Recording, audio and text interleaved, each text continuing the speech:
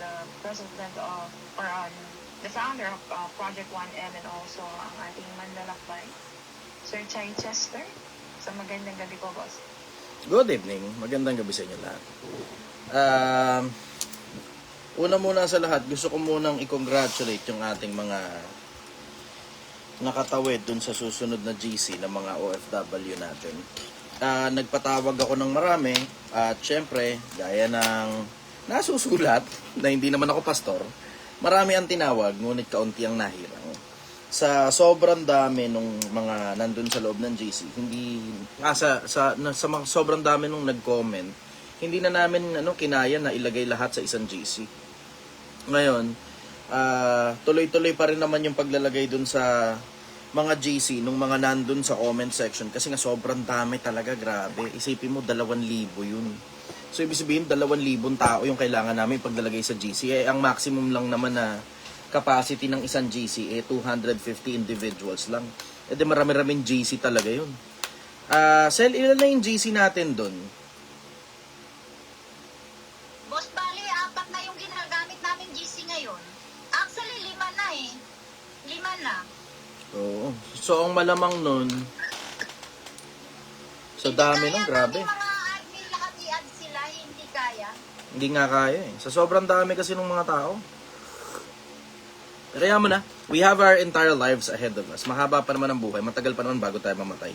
So sigurado naman bago tayo mamatay, mailalagay natin sa lahat ng mga GC mga yan. At saka boss, hindi lang at sila nakikinig sa'yo. Kaya kahit hindi pa sila naka-add, talagang sila yung nagme-message sa akin, sa mga admin na pasali po, pasali po. Kaya alam ko na mainit sila, sila talaga ang gagawa ng paraan makasali. Okay. Maigi naman kung Salamat gano'n. boss. Salamat sa effort ninyo. Salamat din sa pakikinig ninyo. Alam niyo sa pakikinig, isang bagay ang sigurado ko eh. Sa pagsasalita, inilalabas lang natin yung lahat ng mga bagay na naiintindihan na natin. Inilalabas lang natin yung mga nasa isip na natin at wala nang nadadagdag sa atin madalas sa pagkakataon sa pagsasalita. Pero sa pakikinig, minsan may mga maririnig tayong mga bagay na hindi natin alam buhat ng mga panahong pinanganak tayo. Importante ang pakikinig. Sobrang importante ng pakikinig. Sa sobrang importante ng pakikinig, mas importante pa nga yung pakikinig kesa sa pagsasalita. Sa umpisa, kaya nga ang sabi ni Solomon sa Biblia, ang sumasagot bago makinig ay kamangmangan at ito'y kahihiyan sa kanya. So mauna pala muna dapat yung pakikinig bago ang pagsagot.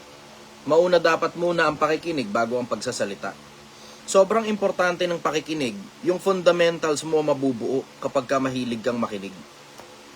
Sobrang importante ng pakikinig, lalong-lalo na sa mga kabataan. Yun nga yung paulit-ulit na sinasabi ko. Mga kabataan, unahin nyo muna ang diploma. Unahin nyo muna ang diploma. Yung iba, ang ginagawa kasi, may kapasidad naman ng magulang na magpaaral. May kapasidad naman ng magulang na padala sila sa eskwelahan. May pampabaon naman, may pamasahe naman, may pang-tuition fee, may pambiling bag, may pambiling ballpen, may pambiling notebook. Kumpleto eh. Pero dahil lang nakapakinig ka sa mga vlogger na siraan tuktok na sinasabing wag ka na daw mag-aral at dumiskarte ka na lang, ang nangyari, itinatapon mo ngayon yung mas magandang kinabukasan mo para sa konting barya. Huwag nyo kakalimutan mga kabataan, hindi pera ang purpose ng buhay. Hindi pera ang purpose ng buhay. And it will help you a lot and it is a byproduct of your intelligence kapag ka marami kang pera. Byproduct ng talino yan. At kapag mas marami kang talino, mas marami kang pera. Alam mo, isang bagay ang sigurado ko eh. Ang sabi sa Biblia, yung karunungan, pinakapangulong bagay, 4:7 ng Kawikaan. Karunungan ay pinakapangulong bagay. Sa lahat ng bagay na pipiliin mo ang unawa. Kapag ka matalinong tao ka, yung talino na yan, you can convert it into anything that you want in life. You can convert that into money, you can convert that into power, you can convert that into fame, and everything else that comes along with it. And at the end of the day, you will be loved by people. Kapag ka matalino ka, mamahalin ka ng mga tao. Bakit? Kasi sa katalinuhan, matututunan mo rin kung paano magmahal sa mga tao eh. Hindi pa ba kayo nakakita ng mga taong minamahal ng maraming mga tao dahil lang sa tindi ng talino niyang nakakatulong siya sa sobrang daming mga tao na nakita ninyo na siya muna ang naunang nagmahal? Sa sobrang dami ng mga ganyang klase ng tao, yung iba nga, inordain pa ng Catholic Church na parang mga santo at santa nila eh. Kasi naramdaman ng mga tao yung pagmamahal nitong mga matatalinong tao na to na alam nila na hindi pera ang pinaka-importanteng bagay sa buhay. Ulitin ko, hindi pera ang pinaka-importanteng bagay sa buhay. Pero, hindi rin naman natin minemenos yung konsepto ng pera na isa sa mga pinaka-importante rin yan. Pero hindi yan ang pinaka-importante, hindi yan ang number 1 sa listahan. Money is just a byproduct of your intelligence. Money is just a byproduct of your competence. Money is a byproduct of your skill. Kapag ka magaling ka sa isang bagay, alam mo, pagkakaperahan mo yung bagay na yan na sobrang galing mo. At mas magaling ka sa isang bagay, alam mo, mas marami ang pera mo tungkol dun sa bagay na sobrang galing mo. Ganon kasimple ang konsepto ng pera, hindi ganon kakomplikado ang pera. Pero magkaroon ka muna ng galing. At ang galing, nanggagaling, umpisa muna pag wala kang malay sa ginagawa mo, sa pakikinig. Makinig ka muna. Nang makinig, nang makinig, nang makinig. Huwag kayong maniniwala, uulitin ko, huwag kayong maniniwala sa mga tao na nagsasabi na dumiskarte ka na lang, huwag ka nang kumuha ng diploma. Ang Pilipinas, kailangan ng maraming mga taong tapos ng pinag-aralan. Kailangan natin. Bakit? Kasi pakonti na ng pakonti yung mga tao na nakakatapos ng pinag-aralan dahil sa hirap ng buhay ngayon. O ano ngayon ang ibig sabihin? Pag isa ka sa mga nakatapos ng pinag-aralan, alam mo na mas malaki tsansa mo na yumaman.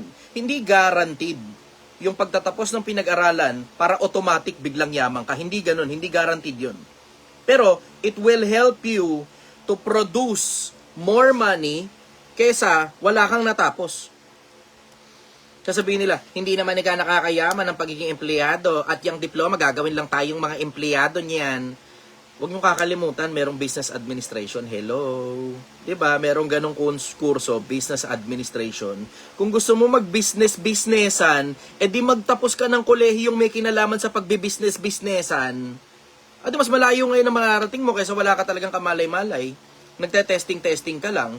Ako, isa sa pinakamalalaking bagay na natutunan ko tungkol sa buhay, hindi ako masyadong mahilig na magdunong-dunungan, galing-galingan. As much as naririnig mo yung bunganga ko na parang akala mo kung sinong napakagaling na tao, hindi ako mahilig magdunong-dunungan, galing-galingan. Wala masyadong malaking pakinabang sa akin ng pagdudunong-dunungan, galing-galingan. Mas nagtatanong ako sa mga taong nakakaalam. Yun ang ginagawa ko. Nakikinig ako at nagtatanong ako sa mga taong nakakaalam. Ngayon, for obvious reason, mas malayo kasi ang mararating mo kapag yung mga taong nakakaalam na ang sinasangguni mo tungkol doon sa mga bagay na gusto mong malaman. Meron kang bagay na gustong malaman, itanong mo na dun sa kung sino man yung talagang nakakaalam na at eksperto dun sa bagay na yun. Kung wala kang matanong, andyan naman ang YouTube, nagsasalita yung mga taong eksperto tungkol dun sa industriya kung saan mo gusto pumasok . Diba? Andyan ang YouTube, andyan ang Facebook, andyan ang TikTok, andyan ang kolehiyo. Pero yung pagdudunong-dunungan, magta-trial and error ka, ang bagal niyan. Napakabagal ng trial and error, diretso. Sobrang bagal ng trial and error, kailangan pang pagdaanan lahat ng mga bagay na napagdaanan na ng mga eksperto. Pero kung pwede ka naman tumawid dun sa, nagsisimula ka pa lang, kuha kang konting skill, tapos tanong ka ng tanong tungkol dun sa mga eksperto, tanong ka ng tanong, tapos nagkolehiyo ka pa tungkol dun sa eksaktong bagay na gusto mo talagang malaman, and then you can cut chase. Imbis na aabutin ka ng 10 taon para makarating dun sa kung saan mo man gustong makarating, dun sa industriya kung saan mo gusto, baka pwedeng 5 taon na lang, 6 na taon na lang. E di nakabawas ka ngayon ng 3 taon. Ang laking bagay din nun Ang laking bagay na nakabawas ka ng 3 taon na imbis 10 taon mo tinrabaho, 6 na taon mo lang tinrabaho, yung parehas na resulta dahil lang nagtapos ka ng kolehiyo. Sipin mo yun, business administration. O edi ngayon, 4 na taon mo tinapos ngayon halimbawa yan. O business ad mo, 4 na taon. Pagkatapos mo ngayon ng business ad, tsaka ka ngayon mag-business. Meron ka ng alam na fundamentals. Kaya yung magta-trial and error ka, completely zero ka, tapos wala ka talagang malay kung paano tumatakbo ang negosyo, tapos magpa-practice ka pa, tapos magta-trial and error ka pa, mas malamang na bumagsak ka. Walang assurance ang pagkakaroon ng kolehiyo. Walang assurance ang pagkakaroon ng diploma. Walang assurance yan. Pero mas malaki ang tsansa mo na umalagwa kapag may diploma ka kesa wala. Paalala ko lang sa inyo mga kabataan, uulit-ulitin ko lang ulit yung paalala ko sa inyo. Magtapos kayo ng kolehiyo kung pinapatapos naman kayo ng magulang ninyo. Kung pinapaaral kayo ng mga magulang ninyo, magtapos kayo ng kolehiyo. Lalo na, ang daming OFW dito Siyempre, mga anak ng mga OFW, minsan kapag sinabi mo yung ganyang bagay, hindi minsan nariniwala sa'yo dahil mas pinaniniwalaan pa nila yung nasa internet O edi sige, akong nasa internet na mismo ang magsasabi sa inyo. Tulungan ko na lang yung mga OFW dito. Akong nasa internet na lang ang magsasabi sa inyo na mas importante na lamanan mo muna ang utak mo, ang kokote mo, lamanan mo muna sa umpisa habang nagsisimula ka pa lang sa buhay. Kasi doon din naman ang bagsak mo, didiskarte ka rin naman pagkatapos mo ng kolehiyo eh. E di magkaroon ka na muna ng pundasyon bago ka dumiskarte. Kaysa wala kang pundasyon, diniskartehan mo lang yung mula umpisa. Tingnan mo, pagtangto mo ng senior citizen, malaki chance pagsisiyan mo buong buhay mo. Malaki chance yan. So, with that being said, sige, I will now opening the floor para dun sa mga gustong magtanong. Chris Cavite, go. Good evening, brother. Good evening. Good evening. Brother, tanong ko lang. Kasi, tingin ko na sagot mo na ito dati, pero nalimutan yung sagot mo. Paano pigil ng bisyo? Sino gubig pa ko? Maraming paraan para itigil ang bisyo, di ba? There's more than one way to skin a cat. Ako ang ginawa ko personal, eto, gumana sa akin, sobrang tindi nito. Gumana sa akin to. Syempre, kailangan mo lagyan ng ano ba dahilan bakit ka titigil sa bisyo. Yun muna eh. Pero, hindi ka kasi nakapag-isip bago ka pumasok sa bisyo eh. Dapat ang unang tanong, bakit ba ako magbibisyo? Yun dapat ang unang tanong. Yun nga yung sinasabi ko, paulit-ulit ako sa sinasabi, magtanong muna kayo. Minsan, hindi mo naman kailangan magtanong sa ibang tao, tanongin mo lang sarili mo eh. Bakit ba ako magbibisyo? Nung bata ako, hindi ko na natanong masyado sa sarili ko yan eh. Pero nahanap ko lang yung dahilan kung bakit ako nagsimulang manigarilyo dati nung panahong high school pa lang ako. Kasi cool sa mga tropa. Doon ako nagsimula eh. Yun eh, para makabelong ba? Yun ang dahilan kung bakit ako nagsimulang manigarilyo. Kahit ang totoo, hindi ko naman talagang gusto yung sigarilyo nung umpisa pa lang eh. Parang 3 araw yata, 4 na araw bago ko nasimulang mahit-hit yung sigarilyo kasi inuubo talaga ako. Tapos eventually, paglipas ng panahon, because of addiction, dahil dun sa lahat ng bagay na nakakapit sa Yossi, nagustuhan ko na lang. Yun na nangyari nun eh. Kahit yung alak eh. Yung alak naman, hindi ko naman talaga hanggang ngayon, hindi ko pa rin gusto yung konsepto ng alak eh. Kumbaga parang, sige, pakisama, okay, pakisama na lang. Yun ang dahilan kung bakit, pakisama. Pero hindi ako naging alcoholic kahit kailan eh. Hindi ko talaga trip yung, hindi ko trip yung lasa ng beer. Hindi ko trip yung lasa ng rum, ng kahit na anong klase ng alak. Bukod dun sa alak na tinitimpla sa bar, yun lasan juice, okay pa yun, bahagya. Pero yung yung alak talaga in general, talagang masama talaga lasa sa panlasa ko eh. Hindi ko alam dun sa iba kung paano natsyatsaga nila yan, ang sama talaga ng lasa eh. Pero ang nakikita ko dun yung umpisa eh. Yung umpisa na hindi tayo nagsipagtanong. Ngayon, kung nagtatanong lang sana tayo, bakit tayo magsisimula dun sa bagay na yun? Magtatanong ka lang, you have to ask yourself very deep down into your soul kung bakit mo gagawin yung isang bagay na ginagawa mo. Kasi minsan hindi tayo nagtatanong sa mga sarili natin eh. Naalala ko nung bata ako, hindi ako masyadong nakapagtanong sa sarili ko eh. Kaya napasok ako dyan sa mundo ng pagbibisyo, Yossi naman ang bisyo ko. Sigarilyo, bisyo ko. Tapos, ang dahilan nun kung bakit ko gustong mag-Yossi dati, nauna na muna yung dahilan, hindi ako nagtanong eh. Ang dahilan ko nun kasi gusto ko maging cool sa mga tropa. Makabelong ba? Makabelong. Nakabelong naman ako. Pagdating sa call center, napakinabangan ko rin kasi kayosihan ko yung mga boss ko eh. Kapag sa call center, Yossi break yan eh, diba? Magkakasama sila doon sa 15 minutes break. O syempre, nakapakinabang din ako ng bahagya, camaraderie. Pero, if you will just ask yourself very deep down into your soul, tatanungin mo sarili mo, so bakit ba ako magsisimula nitong isang bagay na alam ko naman na kinakaadikan ng sobrang daming tao? Una, camaraderie. Pero you have to ask yourself, in 5 years time, will these people matter? Magiging importante pa ba tong mga tao na to paglipas ng 5 taon sa buhay ko na ngayon magsisimula ako ng isang bisyo na pwedeng hindi ko na matanggal sa sistema ko dahil nakaka-addict ang bisyo. Lahat ng bagay na masarap nakaka-addict. Lahat ng bagay na masarap nakaka-addict. At lahat ng bagay na nakaka-addict, nakakasira ng buhay. Sabihin ko sana nakakasira ng bagay pero hindi lang naman bagay na sisira eh. Iba't ibang parte ng katawan mo yung nasisira, bisa pati ulong pa nasisira eh. Pero tungkol dun sa tanong, you have to ask yourself, bakit ako magsisimula ng isang bagay na posibleng hindi ko na matigilan kasi nakikita ko sa ibang tao na hindi nila mapigilan yun. Okay, so camaraderie is one thing that is valid yun, okay, sige. Camaraderie, kung yung mga tao na yun, mananatili sa'yo habang buhay. Pero, is it worth it na may possibility na masira yung katawan ko para lang sa camaraderie sa mga tao na makakasama ko habang buhay na short-lived yung buhay ko? O baka merong ibang paraan ng camaraderie? Baka merong ibang paraan ng camaraderie. So hanap ka ngayon, ibang paraan ng camaraderie. So makakakita ka rin ngayon. Pwede palang pagkain. Oh, okay. So pwede palang ang pakisama pagkain. So pagkakakain sila, sabay-sabay kami, pwedeng magdagdag ako o baka ako naman libre paminsan-minsan. So that's a form of camaraderie.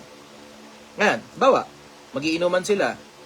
Ang inom naman kasi, hindi naman yan something na masayang gawin kapag ka mag-isa ka lang eh. Hindi masayang mag-inom mag-isa eh. Nasubukan ko mag-inom mag-isa. Tinigilan ko rin yung kalokohan ko eh. Hindi gumana eh. Hindi masaya yan ng mag-isa eh. Maliban na lang, talagang, alam mo yun, alcoholic ka na talaga, na-addict ka na lang dyan, na kahit mag-isa ka, nagiinom ka. Ngayon, yung alak, kahit papano, siguro, syempre, may mga tututol, understood na yun sa mga religious individuals, you just have to stick with your faith, na sundin mo yung sinasabi ng konsensya mo. Pero, usap tayo kunyari ng praktikalan. Halimbawa, praktikalan tayo. Hindi konsensya, hindi Biblia, hindi Quran. Usapan tayo praktikalan. Isa sa mga pinaka-practical na konsepto sa mundo ng BPO, kasi nasa BPO ko dati, yung konsepto ng pag-inom. At kapag ka nakikipag-inuman ka kasama ng boss mo, you are more likely na ma-promote. Kapag maganda performance mo at maganda pakisama mo, hindi basta lang nakikipag-inuman ka, parang gago naman yung boss mo nung pinromote ka dahil nakikipag-inuman ka. Hindi ganun. Siyempre, meron pang marami pang aspects, pero isa yan sa mga makakadagdag dun sa konsepto ng camaraderie. Because of the concept of camaraderie, you're more likely to be promoted. Marunong ka makisama eh. Ganun siya. Na nagiinom ka rin lang naman, di might as well makipag-inuman ka na rin kasama ng mga boss mo kung nagiinom ka na rin. Pero kung di ka naman nagiinom, why would you start something na alam mo namang labag sa loob mo? Ganun yung konsepto. Ngayon, tatanong mo ngayon, paano matitigilan yung pagbibisyo? You have to have a reason kung bakit mo titigilan yan. At dapat yung reason na yun, mas importante pa sa buhay mo. Dapat yung reason na yun, mas importante pa sa buhay mo. Bawa, katulad sa akin, ang dahilan kung bakit ko tinigilan yung paninigarilyo, hindi tobacco, kasi di naman ako addict sa tobacco eh. Yossi, addict ako sa Yossi dati, nakakadalawang kakao, dalawang kakao sa isang araw eh. Ngayon, yung Yossi kasi, naninigarilyo ako nun, tapos ang dahilan kung bakit ko tinigil, kasi there was a time na muntikan ako madali. So, yung, doon sa mga nakakalam, alam nyo na to eh. Ang nangyari, may dala-dala akong 50 kilos ng karne. So, nakamotor ako, scooter ang dala ko, 50 kilos ng karne yung dala ko. Syempre, mahirap ngayon huminto. Pa-antipolo ko, paakit ng ganyan. Syempre, nakatodo ngayon ng silinyador, kasi ang bigat ko eh. 50 kilos yung dala ko, tapos ako pa, ang bigat ngayon, tapos ang bagal din ng motor, paakit ako na ganyan. Nung pagdating dun sa pinakaibabaw, malapit nang bumaba, pagpiga ko ng harap na preno, sumirit yung brake fluid. Pagpiga ko naman ng likod na preno, naputol naman yung kable sa likod. So, di wala akong yung preno, harap at likod. So, di kabado ko nun. Pero at the same time, alam mo yung feeling ko na parang, tangina, ito na yun. Ma-aksidente ako, mamamatay ako. Nasa isip ko. Pero at the same time, naisip ko rin sa likod ng isip ko, uy, gago ka, di ka pa pwede mamatay. Tangina mo, may bisyo ka pa. sabi ng utak ko. Tangina mo, naninigarilyo ka, di ba? Arap ka sa Diyos, naninigarilyo ka bago ka namatay. Ha? Nagkasubo-subo pa kasi ko Yossi na rin. Hindi pwede. Anong nangyari yun? Pinilit kong kaskas yung paa ko, pipreno yung paa, parang bisikleta, hindi gumana. Hindi, syempre, wala akong choice kayo. Talon ako rin sa motor, gulong-gulong ako sa kalsada. Tanginan yan. Wala akong magawa, gulong-gulong ako sa kalsada. Putang inang getas, wala, hindi rin naman ako namatay doon. Pero na-realize ko yung araw na yun, na kung halimbawa may truck sa likod ko, patay na ako nun eh. Pero hindi ko naman tatanggap yung sarili ko kasi may bisyo pa ako ng mga panahon na yun eh. Alam yung deep down, ang dahilan ko nun kung bakit ko tinanggal yung paninigarilyo kasi ayokong mamatay, nahaharap ako sa Diyos tapos nagbibisyo ako. Bisyo kasi yun eh. Yung, alam mo yung ano ba ibig sabihin ng bisyo? Yung bagay na alam mong masama na hindi mo mapigilan ng sarili mo na ginagawa. So in short, kontrolado ka niyan, nakakapit ka. Ikaw mismo nakatali ka ro sa bisyo mo, hindi mo makontrol. Yun ang naging dahilan ko nun. Ngayon, ang ginawa kong batas sa sarili ko noon, dalawa lang nung una. Ang unang batas ko, hindi ako bibili ng sigarilyo. Pangalawa, hindi ako manghihingi. Kasi yun lang naman ang common cause ng pinanggagalingan yan eh. Saan galing yan? either binili mo o binuraot mo. Dalawa lang naman yun madalas Ngayon, nung bago na magpangatlong araw, pang-30 araw, mag-iisang buwan na. So laway-laway ako nun, di ba? Alam niyo naman itsura nun, nagilalagnat ka pa, ganon, nuubo-ubo ka pa, tapos wala sa hulog, tapos, yun, dura ka ng dura, kasi nga, yosi mo nga, diba? Dumadami laway mo. So, tumigil ako nun, withdrawal syndrome. Tapos, pagkatapos nun, pagdating ng pang 30 days, somewhere around, mga isang buwan, may nagbibigay sa akin. Tangina may sumubok. Ang binibigay pa sa akin, Mebius. Yun yung tatak ko ng Yossi Ang tatak ko na Yossi ng Mebius Nabibili lang sa 7-Eleven. Wala ako ibang mabilhan nun Ang isang kaha nun, somewhere around 350 pesos. Nakakadalawang kaha ko nun. So, isang araw ko na sa 700. Yossi lang. Pag sobrang sarap ng kwentuhan. Pero pagka hindi masyadong masarap, mga kalahating kaha lang sa isang araw. Ganon. So, anong nangyari? May nagbibigay sa akin isang kaha Mebius. Sabi ko sa isip ko, putang ina, sinusubok ako Sabi ko sa isip ko, hindi ko to binili. Hindi ko rin hiningi. Baka pwede. Takina ng utak ko no. Baka pwede. Kasi hindi, balat-batas ko sa sarili ko, hindi ako bibili, hindi rin ako hihingi. Hindi ko naman binili. Hindi ko rin hiningi. Basta inaabot lang sa akin. Basta inaabot lang sa akin. Tapos, nung araw na yun, sabi ko, dadali na naman ako, babalik na naman ako sa bisyo, Nakahanap kayo ng butas, Putang ina mga demonyo to. Nakahanap ng butas doon sa ginawa kong pangako sa sarili ko, hayop. And then, yung ginawa ko, imbes bumalik ako sa bisyo, sabi ko, nasimulan ko na sayang Nasimulan ko na sayang naman. Wala akong choice, dinagdag ko na lang yung pangatlo, hindi rin ako tatanggap kahit bigyan ako. Dinagdag ko na lang yun sa pang 30 days na, pang isang buwan na, doon ko na lang dinagdag yung pangatlong batas ko sa sarili ko. So, hindi ako hihingi, hindi ako bibili, tapos hindi rin ako tatanggap kahit bigyan nyo ako. Hanggang ngayon, marami pa rin nagsusubok. Siyempre, may nasa gilid ko, di ba? Kita nyo iba, nagtutubako ako Pero, yun, nasa gilid ko, di ba? Sa tindahan. Ano ba? Kwento. May konti. Naglalabas na ng Yossi. Ako, susundin na ganyan. Tapos, aabot sa akin. Tapos ako naman, sige, okay lang. Di na ako naninigarilyo. 1 taon mahigit na Okay, babalik niya ulit. May konti. Yossi siya. Dadaan sa ilong ko yung amoy. Sabi nung utak ko, uy! Hoy! Naalala mo to? May pagtatalo rin sa loob ng utak ko Tanginang yan. Wala, tinitindigan ko na lang, pinaninindigan ko na lang kung ano yung pinangako ko. Kasi pinangako ko yun Sabi ko, di na ako maninigarilyo di ba? Yung addiction ko yung addiction ko dati, Yossi. Doon ako, alam mo yung parang hindi mo talaga mapigilan. Yun ang ginawa ko sa sarili ko. Gumana yun, brother. Yung 3 batas na yon. Pero una muna, ano ba dahilan bakit ka titigil? Dapat gumawa ka ng isang dahilan na sobrang tibay ng dahilan na yan, hindi mo talaga babaliin yung dahilan kung bakit ka titigil sa pagbibisyo. Yun ang sagot ko ron. Follow-up question, brother. Oo nga, brother, ang hirap talaga. Mahirap talaga, brother. Alam mo yung mag-withdrawal ka talaga dyan. As in, mararamdaman mo dyan, parang nagsusuka ka, ganun, tapos parang lalaway ka, nilalagnat ka. Oo, mararamdaman mo talaga, titiisin mo lang. Titiisin mo lang yan, brother. Titiisin mo lang yan. Battery ko ng, 2 pero yung battery ng beep ko, tinapon ko ng isa, sabi ko, ay, mali, dapat pala inayos, tinignan ko muna kung ayos pa. Kinatapon ko na Oo, ganyan talaga ang mangyayari dyan. Yung tinapon mo, sasabihin mo, tangina, sayang. Dapat pala, inubos ko muna bago ko tinapon. May nagtatanong tuloy, you're a pastor, right? Hindi po ako pastor. Vlogger lang po ako, vlogger lang ako. Huwag kayo magkamali, hindi ako pastor. Vlogger lang ako, vlogger.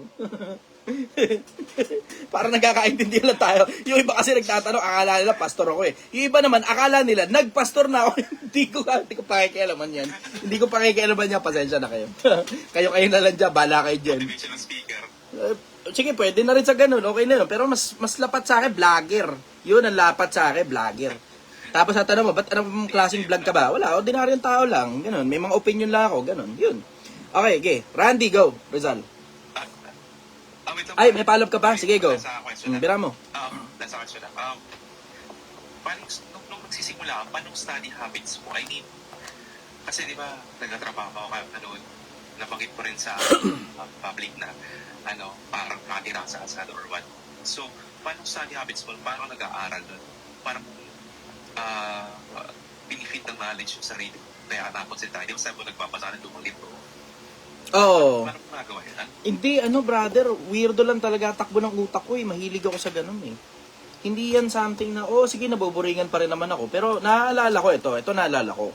Nung high school ako, elementary I will say, mas lapat yung elementary. Kasi high school kasi dumidebate na ako nun eh. High school dumidebate na ako nun eh. Pero nagsimula talaga ako magtiyagang mag-aral niyan sa religion dahil dun sa dalawang malalaking religion dito sa Pilipinas. Yung nagbabangga ang bato dati. Inabutan nyo ba yun? Yung panahon ng dating daan at saka ng Iglesia ni Cristo. Dating daan at saka tamang daan. Na ano yun? Inabutan nyo yun. Yung mga panahon na yun, debate ng dating daan at saka tamang daan. Pinakikinggan ko parehas yun eh. Ewan ko, weirdo lang talaga takbo ng utak ko. Kasi hindi naman normal sa bata yun eh. Tsaka mo lang maintindihan na hindi pala normal sa bata yung mga ganyang parang, alam mo, mahilig dumibate-bate na yan. Kapag ka tumanda-tanda ka na, kasi ang normal, panonood mo, cartoons talaga. Ako naman, nanonood pa rin naman ako ng cartoons.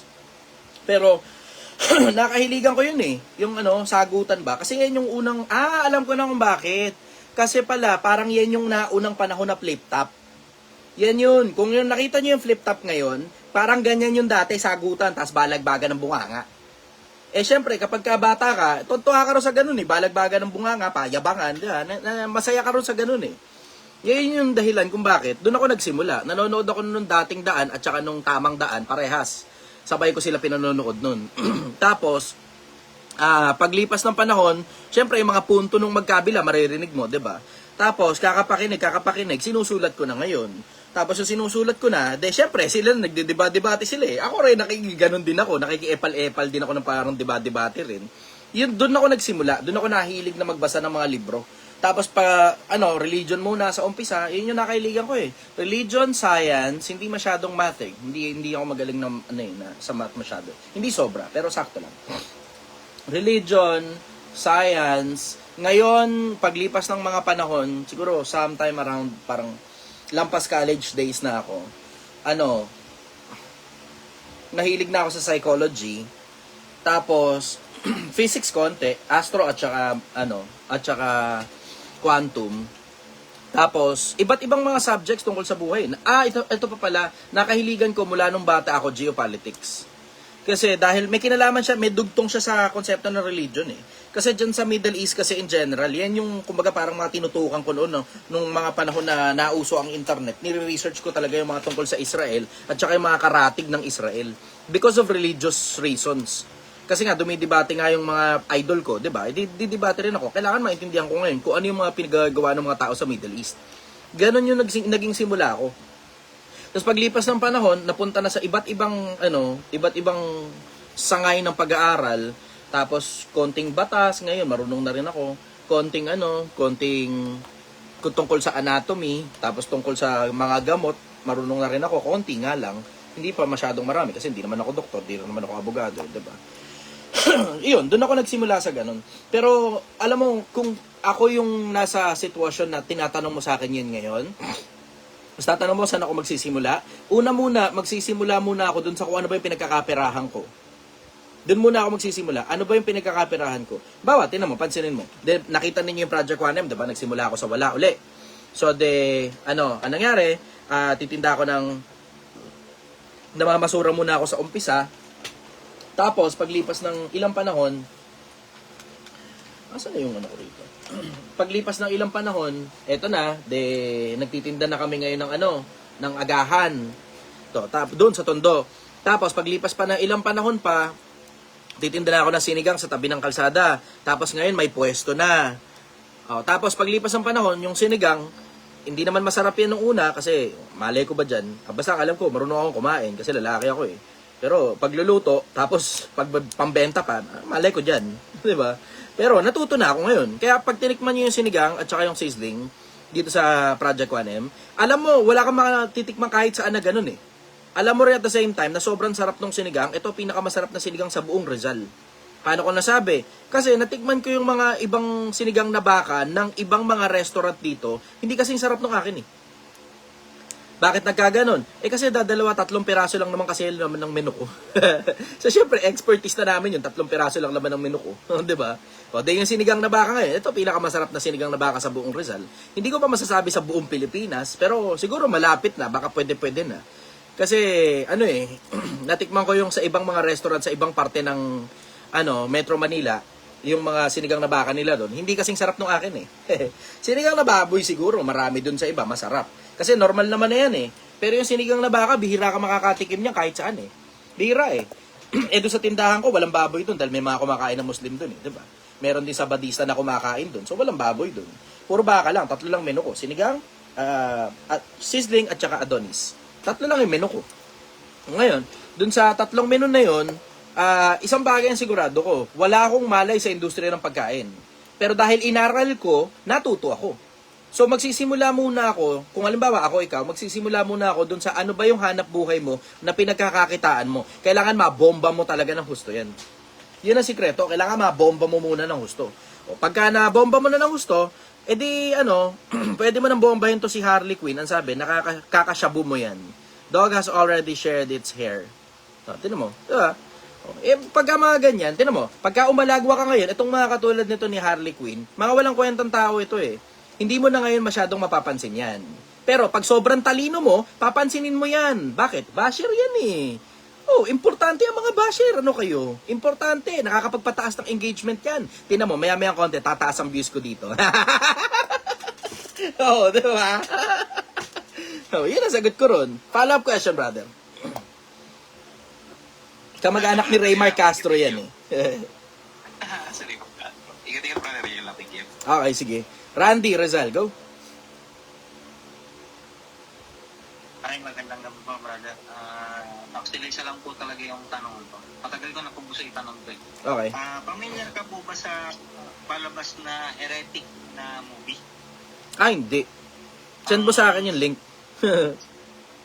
Ay, sige po. Ang kasi dun sa palabas, ang patungkol dun sa palabas na yun, may 2 missionaries na bata. Tapos ang pinaka nag-ano sa akin dun sa palabas na yun, ang sabi is maliligtas ka ba ng faith mo sa oras ng kapahamakan? Anong bang masasabi mo dun? Ang nakakapagligtas, yung kabuuan ng lahat ng mga bagay na ginagawa mo kasama ng pananampalataya mo. Kasama ng pananampalataya mo. Kasi okay, sige, faith ka, faith. Puro ka nalang faith. Puro ka faith. Tapos ayaw mong kumilos, tamad ka. You just have to put some logic to it, di ba? So, okay, sige. So, may liligtas, di ba? Tapos, saan ililigtas? Bakit? May kapahamakan kasi na darating. So, ililigtas dun sa kapahamakan na darating. Nakasulat yan sa isang talata ng Biblia, di ba? Tapos, so ililigtas. Okay. So, ano ngayon ang gagawin dun sa mga ililigtas? Ang gagawin daw, bibigyan ng buhay na walang hanggan. Tawid na tayo doon. Diretso na kasi masyado maraming chap-chap yan. So, ang sabi, bibigyan daw buhay na walang hanggan. Okay, so, buhay na walang hanggan. Palagay mo, ikaw ang Diyos. Magbibigay ka ba ng walang hanggang trilyon-trilyong buhay sa isang taong naniniwala lang sa'yo pero ayaw kumilos? Diba? O, yun na mismo. Yun na mismo. Kung puro ka lang pananampalataya tas wala kang gawa, nakasulat sa Biblia, kung paanong ang katawan na hiwalay sa espiritu ay patay, gayon din naman ang pananampalatayang hiwalay sa mga gawa ay patay.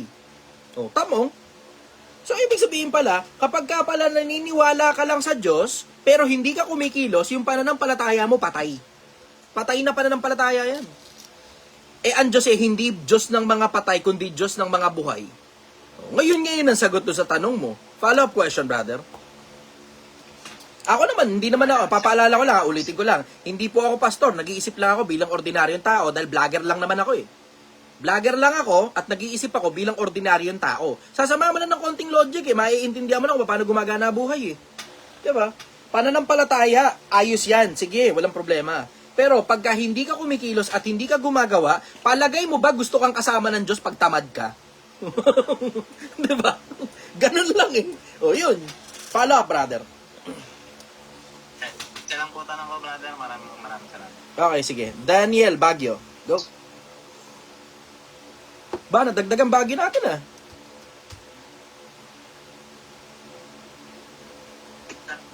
Hello po, good evening. Hello. Ang tanong ko, kasi diba, syempre based on Bible, bago magsama ang babae at lalaki, dapat kasal na. So, practicality naman, live-in muna para mas kilala mo ang partner. Anong sabi niyo po doon? Kasal muna or live-in? Ako, kilalanin muna, tapos kasal diretso. Kasi, alam mo, tama ka ron dun sa sinabi mong practicality eh. Nung una, ganun din yung paniwala ko. Kasi ako ito, ganito. Pag-usapan natin siya, labas ng Biblia. Labas ng Quran. Doon tayo sa practicality. Sobrang practical na to. Doon tayo sa practicality. So, pag halimbawa, nag-live-in, practical, syempre makikilala mo muna. And then, you would want to know if this person is fit for you. Yung doon mo ngayon malalaman eh, li-live-in kayo, di ba? So, nagme-make sense yun. Okay, sige. Granting for the sake of argument. Nagme-make sense yun. Pero ang sabi ni Dr. Jordan Peterson, kapag ka daw nagsimula ng mag-live-in, sa lahat ng mga panahon na inaayos niya yung relasyon ng mga mag-aasawa, ang sabi niya, pag nagsimulang mag-live-in, you are more likely na maghiwalay kaysa magpakasal. Mas malamang na maging ending ninyo, hiwalay kaysa kasal. Bakit? Kasi ang reasoning behind is kapag halimbawa, nag-live-in kayo, lahat ng kabulukan ninyo sa isa't isa makikita ninyo. At lahat ng kabulukan ninyo, sa mas madalas na panahon, hindi nyo titiisin yan. Lalo na kapag nadagdagan pa ng anak. You're more likely na maghiwalay. Bakit? Dahil sa makikita ninyong mga kabulukan ng isa't isa, at lahat tayo may kanya-kanyang kabulukan at sira ng ulo. Ito problema, pag hindi kayo nakasal, wala ngayong dahilan para magsama kayo, kundi anak na lang. Pero pagkakasal kayong dalawa, ang mangyayari niyan, ang reasoning ng utak ninyo, hindi kailangan nating ayusin ito kasi kasal tayo plus may anak pa tayo. E di dalawa ngayon ang dahilan versus isa lang. Yun ang practicality. Kasi alam mo, you will deal with monsters inside the head of your partner. And that being said, he will also deal with monsters inside your head. Ewan ko kung alam mo kung ano yung pakiramdam ng asawa mo o ng jowa mo kapag ka, alam mo yun, pag magkaka-menstruation siya. Pag ikaw magkaka-menstruation, nasa isip niya, putang ina to, nag-iinarte na naman, tang ina talaga eh. Di ba? O tapos, kapag ka naman, ikaw naman, wala ka sa mood dahil napagod ka ng buong maghapon at kumakalabit ngayon si partner mo na hindi mo naman pinakasalan, hindi kayo kasal, kakalabit ngayon siya, tapos hindi mo pagbibigyan. Siya naman, putang ina talaga to, buong maghapon ako nagtrabaho, tapos wala. Oo. Di syempre ngayon, maghahanap pa na kayo ngayon ng butas sa isa't isa. Kaya nga, ang suggestion ng mga Muslim, mas maganda diretso kasal. Para anumang kabulukan na makita ninyo sa isa't isa, diretso kasal. Mas maganda yung kanila. Actually, yun nga rin sinasuggest ko Yun na ngayon ang sinasuggest ko, diretso kasal. Date muna kayo, mahabang panahon. Sige, okay, date, ayos. Sige, date. O tapos, paglipas ng panahon, kasal na diretso. Para wala sakit ng ulo. You know, you don't need to go through the struggle. Alam mo, ito isa sa pinakamalalaking struggle ng pagtanda ng pag nagkakaedad ka na, tapos wala kang napakasalan. Ito natutunan ko lang, dahil nagkakaedad na ako, wala pa ako napapakasalan. Coming from me. Kapag ka tumaas ang body count mo, hindi na importante kung lalaki ka o babae ka, parehas lang. Pag tumaas ang body count mo, you're more likely to die single. Yan ang mas malamang. Pag tumaas ang body count mo. Kasi meron ng point of comparison sa iba't ibang mga lalaki o iba't ibang mga babae. Pag dumami ngayon yan, na regular na lang na iba-iba, ang mangyayari ngayon sa'yo, hindi ka na makapag-commitment issue ka na. Yun ang susunod na sira ng ulo mo, commitment issue na. Kasi nakarami ka na Yun talaga magiging trouble kapag, halimbawa, nauna mo na yung live-in. You're more likely na maghiwalay. Kung nagpakasal, good, congratulations, ang galing. Kung nagpakasal.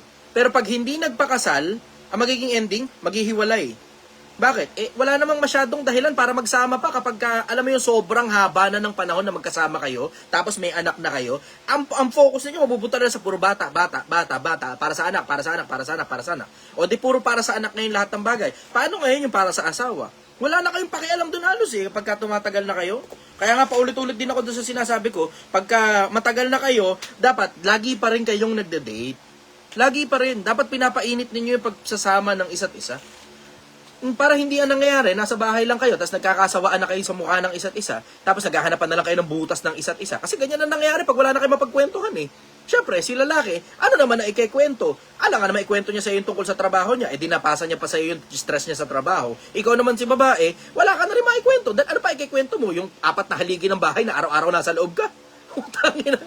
Mauubusan kayo ng pinagkikwentuhan. O ngayon, pag naubusan kayo ngayon ng pinagkikwentuhan, ano ngayon ang susunod na mangyayari? Maghahanapan na lang kayo ng butas sa isa't isa. O pag naghahanapan na kayo ng butas sa isa't isa, ano ngayon ang susunod na mangyayari? Papait ang pagsasama. O tapos pag pumait ang pagsasama, ano ngayon ang susunod na mangyayari?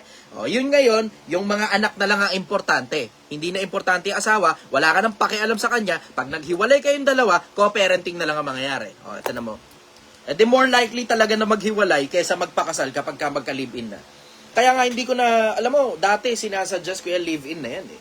Siyempre, paglipas ng panahon, marirealize mo rin yung marirealize mo rin yung dulo ng sitwasyon eh. Oo, sige, umpisa practical talaga yon. Practical talaga. Bakit? Kasi makikilala mo muna kung gusto mo bang makasama tong tao na to habang buhay o hindi. Ito problema. Pag naglabasan na sira ng mga ulo, you're more likely na pag may ka-live-in ka, mabuntis mo yun. Tapos paglabas ngayon ng mga sira ng ulo, hindi mo na ngayon gusto yung babae o yung lalaki na may anak ka ron. Tapos bukas makalaman, may problema na kayo sa buhay ng isa't isa, ang importante na lang sa'yo para sa anak. Tapos maghihiwalay ka ngayon, single mother si babae, single father si lalaki, tapos yung anak naman, biyak ang pamilya. Tapos ngayon, alam mo na, ang kasunod na mangyayari nun, puro kapaitan na lang para doon sa buhay ng bata. Puro kapaitan din sa pagsasama ninyong dalawa kapag nagme-message kayo, nagmumurahan kayo. Pero kapag ka may kasal, mas mabigat yung dahilan para manatili kayong magkasama eh. Kasi, syempre, diba, kapag ka tarantado siya, pwede mong kasuhan eh.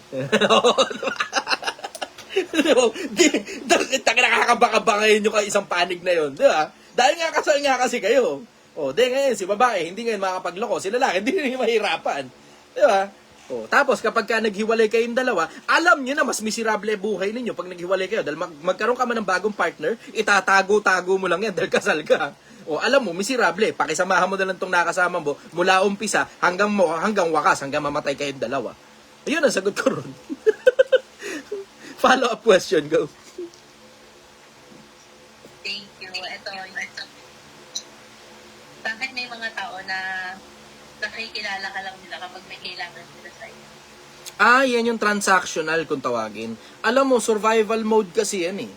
Yung mga nasa survival mode na yan, sa mas madalas na pagkakataon, transactional talaga sila. Kasi wala sila sa play mode eh. Ang importante lang sa kanila, makasurvive. Yun lang importante sa kanila eh. Yun ang problema kapag lagi tayo nasa survival mode.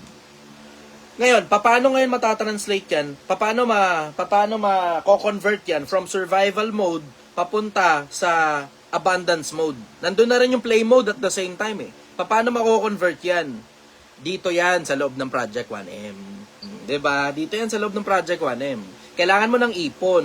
O nga, paano magkakaroon nun? Tatalinuhan mo, tatrabahuhin mo, pag-iipunan mo, hanggang maabot mo eksakto yung buhay na gusto mo. Pag naabot mo ngayon yung buhay na gusto mo, alam mo na, hindi ka na ngayon naka-survival mode. Hindi ka na naka-survival mode. Naka-abundance mode ka na. So ngayon, hindi na importante sa iyo na parang, may mga tao nakakaalala lang kapag yung mga yan, backs out na sa iyo yan.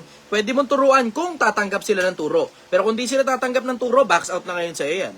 Alam mo na ngayon paano makisama sa mga tao na ganyan. At ikaw naman, dahil nasa loob ka ng Project 1M, alam mo, hindi dapat mangyari yan. Ang dapat nangyari, nakakaalala tayo sa mga tao sa mga panahon na wala tayong kailangan sa kanila. And we are handling our own shit kasi lahat tayo may kanya-kanyang problema. Pag lahat tayo kanya-kanyang handle ng problema natin at regular tayo nakakaalala sa ibang tao sa panahon na hindi naman natin sila kailangan, pag panahon na nangailangan tayo, alam mo maraming darating. Tignan mo, parang katulad lang nito, di ba? So, kita mo, sa live ngayon, nandito ako ngayon sa live. So, merong halos 100 dito, tapos dito 100 din, tapos dito, ilan na tayo rito sa Zoom meeting? Meron tayo 100 plus. Ayan. So, ngayon, sa mahigit 100 na nandito sa Zoom meeting ngayon, alam ninyo, sa panahon na wala naman akong kailangan, regular ako nakakaalala sa inyo. Nandito kayo sa Zoom meeting nang wala naman ako hiningi sa inyo ni piso. 'Di ba? O, so ngayon, ano ibig sabihin? Nakakaalala ngayon ako sa inyo. Kung nakakaalala ako sa inyo, kapag halimbawa, nabalitaan nyo, may cancer ako, hindi nyo ba ako ilalabas sa ospital? Eh, yun nga lang nakaraan, nasunugan ako, ang dami nagsipunta rito eh, di ba? Na hindi ko naman hiningin, hindi ako humingi ng tulong sa inyo. Doon sa social media, doon ako humingi ng tulong. Pero dito sa loob ng grupo ko, wala akong hiningin tulong dito, pero ang daming nagdatingan. Bakit nagkaganon? Kasi nga, pag naka-abundance mode ka, nakakaalala ka kahit wala kang kailangan. At kaya mo namang gawin yan kahit mahirap ka. Kahit gaano ka pa kahirap, kaya mong gawin yan. Merong mga magulang na kahit walang-wala sila, hindi sila nangihingi ng pera sa anak nila, pinipilit nilang kayanin lahat ng mga problema nila at regular silang nakakaalala sa mga anak nilang nakapag-asawa na at hindi sila nagiging pabigat. Yung mga ganon, napakasarap tulungan ng ganong klase ng magulang eh. Ang sarap tulungan ng mga magulang na alam mong hindi sila nagiging pabigat at hindi sila, alam mo yun, hindi sila tamad, hindi sila irresponsable, hinahandle nila yung sarili nilang problema, nakita mong nahihirapan, hindi pa humihingi ng tulong. Ang sarap nilang bigyan. Lalo na yung mga taong mapagpasalamat. Yun na isa sa mga pinakamalalaking bagay na natutunan ko tungkol sa buhay. Matuto tayong makaalala sa mga tao habang wala pa tayong kailangan sa kanila. Kasi ikaw rin naman na makikinabang yan sa panahon ng pangangailangan na napakabihira lang naman ng panahon ng kaipitan eh. Kapag ka tumatrabaho ka ng maayos, napakabihira ng panahon ng kaipitan. Sobrang bihira niyan. Pag tumatrabaho ka ng maayos, napakabihirang panahon na kailangan mo ng tulong ng kahit na sino. Pag maayos ang pagtatrabaho mo, halos hindi mo kailangan ng tulong ng kahit na sino. Sarili mo, kargo mo. Lalo na kapag responsableng tao ka, hindi ka nag-aanak, nang alam mo, irresponsable ang putang ina, tapos ikaw ngayon, wala ka pa ipapakain sa bata, wala pang mo ng anak. Wala mo ng anak. Ipon muna, papatalino muna ng sarili, papataba muna ng puso, papagaling muna ng katawan, papakisama muna sa sobrang daming tao. Kapag kapakipakinabang ka na bilang tao, kailangan ang lahi mo ng mundo. Wala mo ng anak-anak hanggat hindi pa kailangan ng mundo ang lahi mo. Para hindi ka magiging katulad nung kahapon, anong pangalan nun? Yung putang ina. Tapos itong si Harley Quinn. Hindi ka magiging katulad nitong mga tao na to. Ayun, si Castro. Hindi ka magiging katulad ng mga ganon. Yung mga ganon, basura ng lipunan yun eh. Diba? Alam mo yung sobrang dami mong oras para mambash ng ibang tao, pero wala kang oras iayos yung sarili mo. O kung may oras ka man iayos yung sarili mo, wala kang oras para tumulong sa ibang tao. Kaya ang oras mo, nandun ngayon sa isang vlogger na pinipilit maging kapaki-pakinabang sa lipunan. Diba? Para i-bash mo yung vlogger na pinipilit maging kapaki-pakinabang sa lipunan. May mga ganong klaseng talagang mga tao eh. Yung mga ganong mga Raymar Castro, yun yung mga transactional. Yan yung mga Raymar Castro yan. Mas importante pa sa kanila yung mga walang kakwenta-kwentang bagay kaysa ayusin nila yung mga sarili nila. Yung mga ganyang klase ng transactional na mga tao, mga basura ng lipunan ng karamihan dyan eh. Di mo naman lalahatin, pero karamihan dyan basura ng lipunan. Mga transactional na klase ng tao. Yung mga ganon, na ultimo magulang nila hindi natutuwa sa kanila, alam mo na yung mga ganong klase ng tao, alam mo na hindi rin maganda ang buhay ng mga yan eh. Hindi maganda. Kahit pa sabihin mong marami silang pera, hindi maganda ang buhay nila. Ngayon, ang trabaho naman natin, dito sa loob ng Project 1M, ayusin natin ang sarili natin para makatulong tayo sa ibang tao na ayusin din nila yung buhay nila. Kasama na pati yung mga basura ng lipunan. Re-recycle natin sila. Re-recycle. Diba? Hindi ka na ngayon basura, kapaki-pakinabang ka na ngayon. Bakit? Kasi, pasok ka sa loob ng Project 1M, inayos mo yung sarili mo, nakakatulong ka na ngayon sa ibang tao, ayusin nila yung buhay nila. Yun! Follow-up question, sister. Ito, last question ko naman. Tawa dito, paano mag-say no sa mga taong sanay na available ka sa kanila parati? Naku po, mahirap yan. Mahirap yan.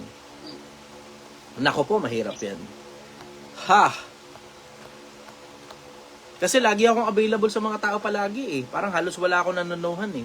Mahirap, maliban na lang kung minsan, basta usaping pera, paminsan-minsan, no ako dyan eh. Pero kapag walang perang involved, mas madalas nag-yes ako dyan eh. More likely ako na mag-yes pag walang perang involved kaysa meron eh.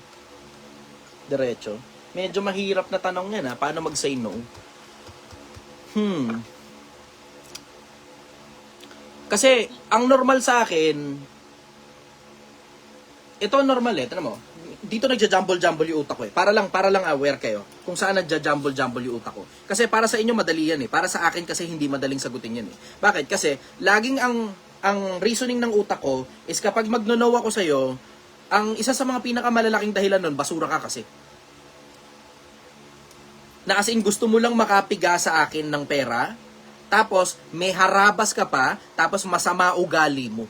Yun ang dahilan bakit magno-know ako sa'yo. Pero kapag maayos ka makipag-usap, you're more likely to get a yes from me. Sa mas madalas na pagkakataon kaysa hindi. Kasi alam mo, naubusan na rin ako ng, ngayon, halos wala na akong mga tao sa paligid ko na parasite eh. Naubos sila eh. Yung mga parasite naubos. Ang mga nasa paligid ko ngayon, puro assets, wala halos liability. Wala halos, naubos ang mga liability sa paligid ko.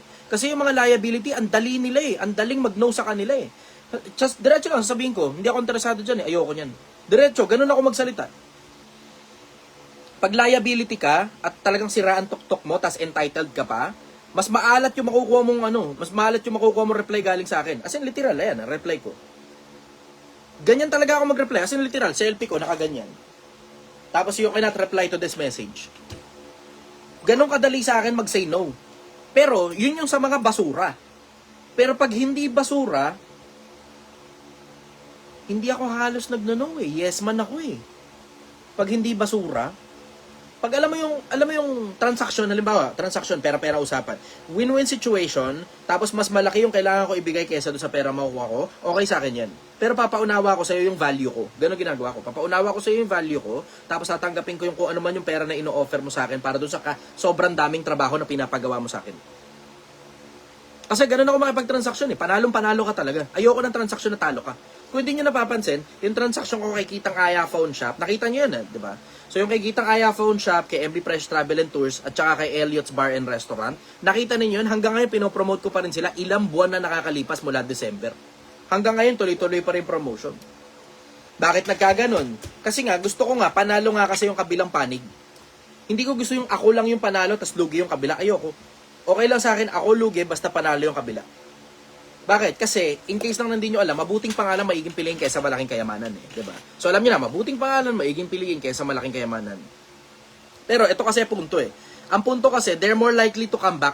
Pagka bumalik ka sa kanila para makipag-transaction, they're more likely to say yes to you. So kung ano man ang hingin ko sa kanila in the future, alam mo, most likely, oo sila. Kasi yung transaction lang namin na pinakauna, panalong-panalo talaga sila. Sobrang tindi ng pagkapanalo nila sa sobrang konting barya lang na inilabas nila para sa akin. Ganun ako makipag-transaction eh. Ayoko na talo yung katransaksyon ko. Bakit? Hindi na uulit yan. Tapos ito pa bad trip. Hindi na nga sila uulit, ikakalat pa nila sa ibang tao ang pangit mong katransaksyon. Yun na natutunan ko tungkol sa pakikipag-transaction, lalo na pagka social media influencer ka, hindi ka pwede nakikipag-transaction tapos talo yung katransaction mo. Hindi pwede. Bakit? Kakalat yan sa iba pang mga negosyante at ang liit-liit lang ng mundo ng mga negosyante.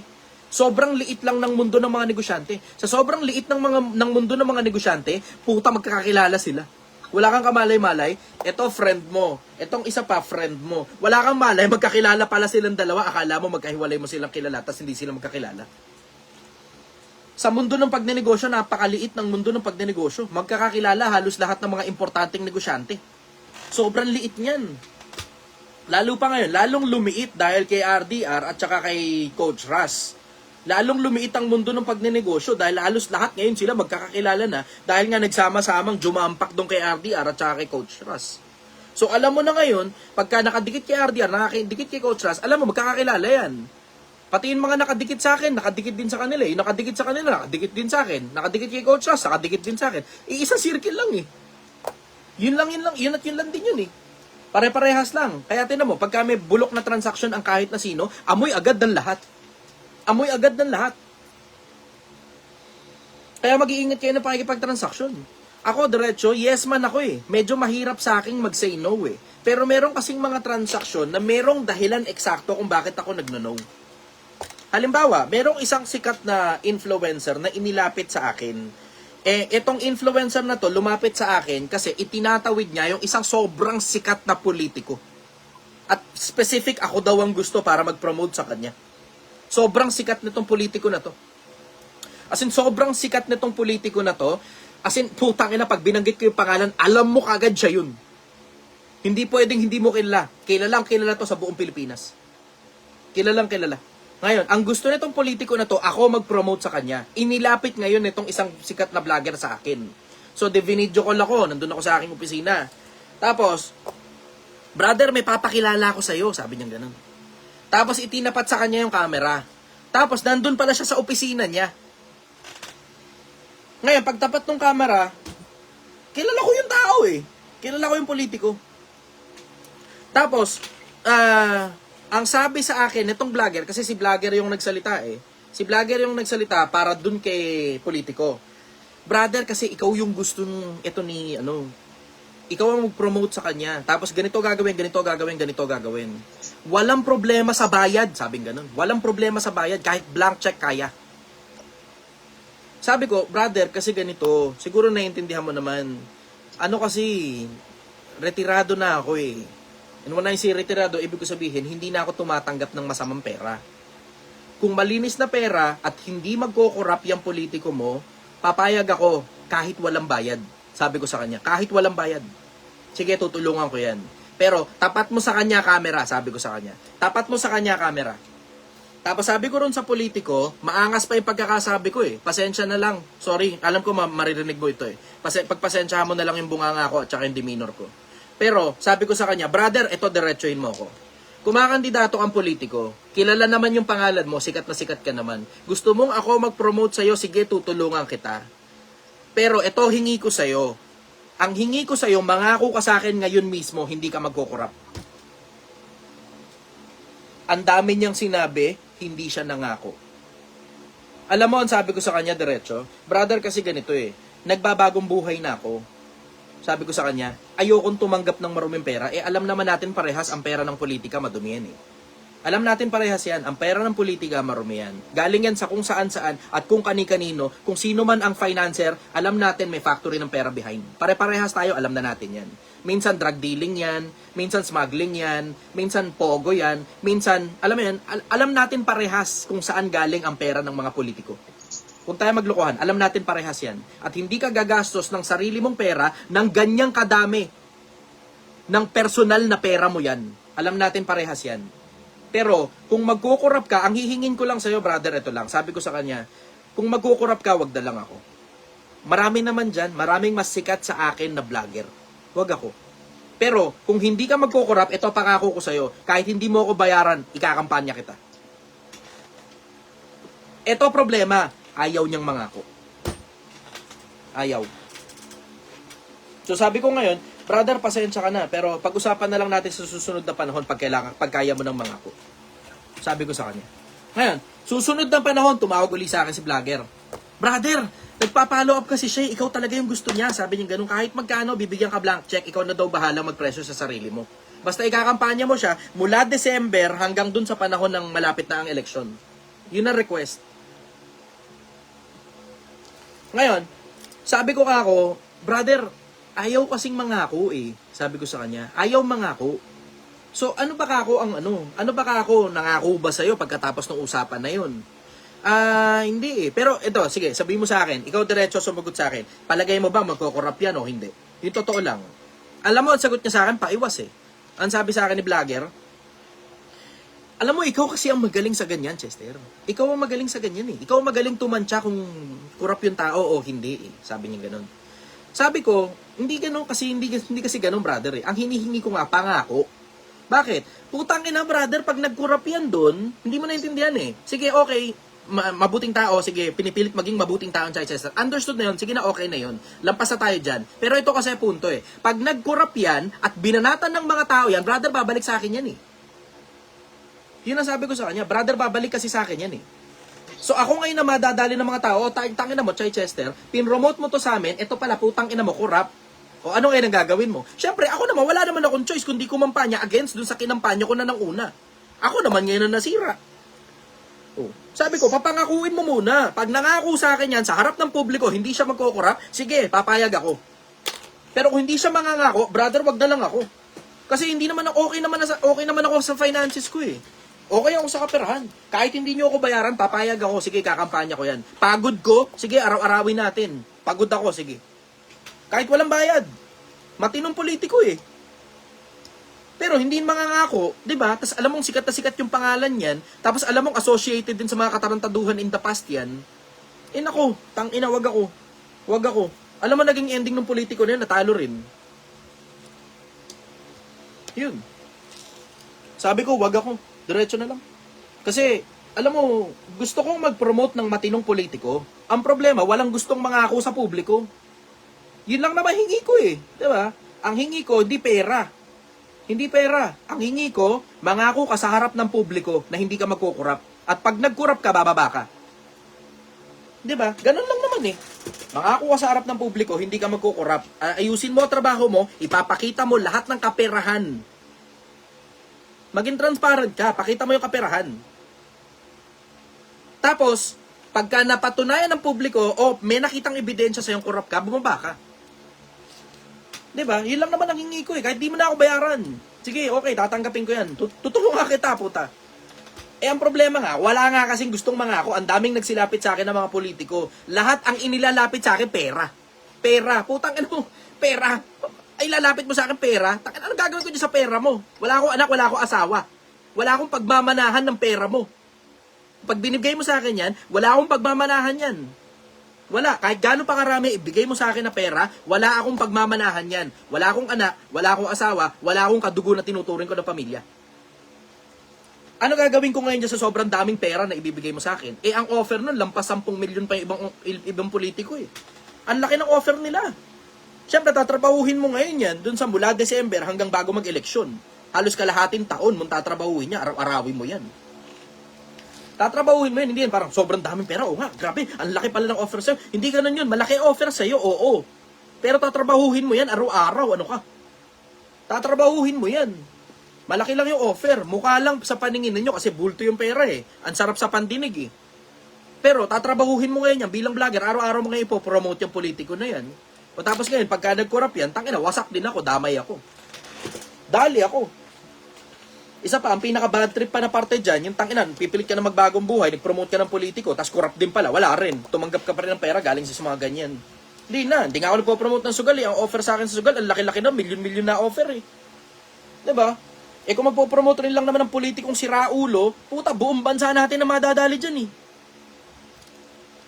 Mas malamang pa na mag-promote ako ng sugal na alam mo hindi ako magpo-promote ng sugal kaysa mag-promote ng corrupt na politikong buong bansa natin ang damay pati mga susunod na henerasyon.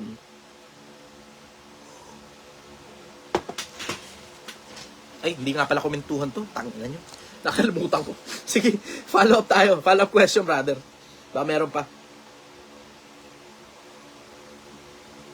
Yun lang po muna. Sunod ulit. Thank you. Okay, sige. Rostom, Bulacan. Minsan, napapasarap talaga yung kwentuhan eh.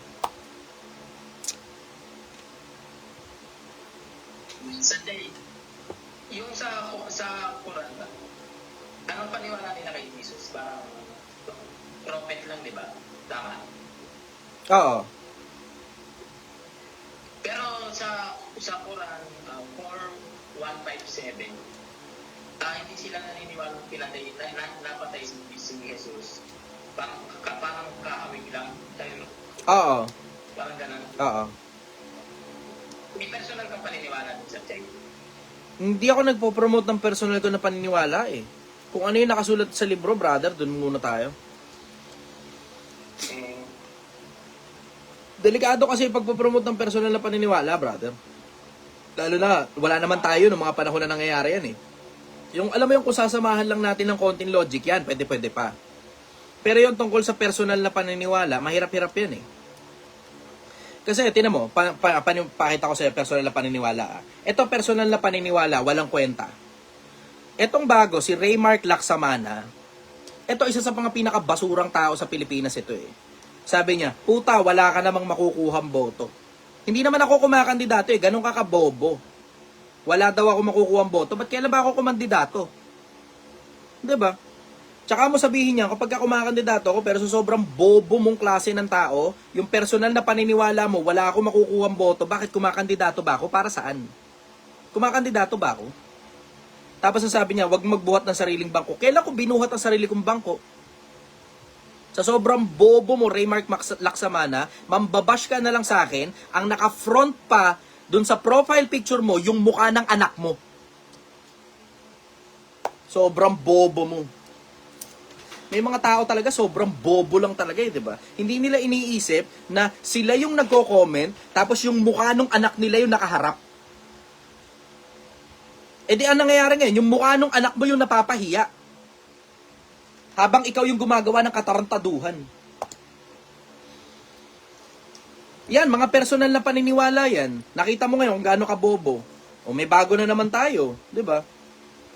May bago na naman tayo. Mga klase ng bobong paniniwala. Ayan, Raymar Laksamana.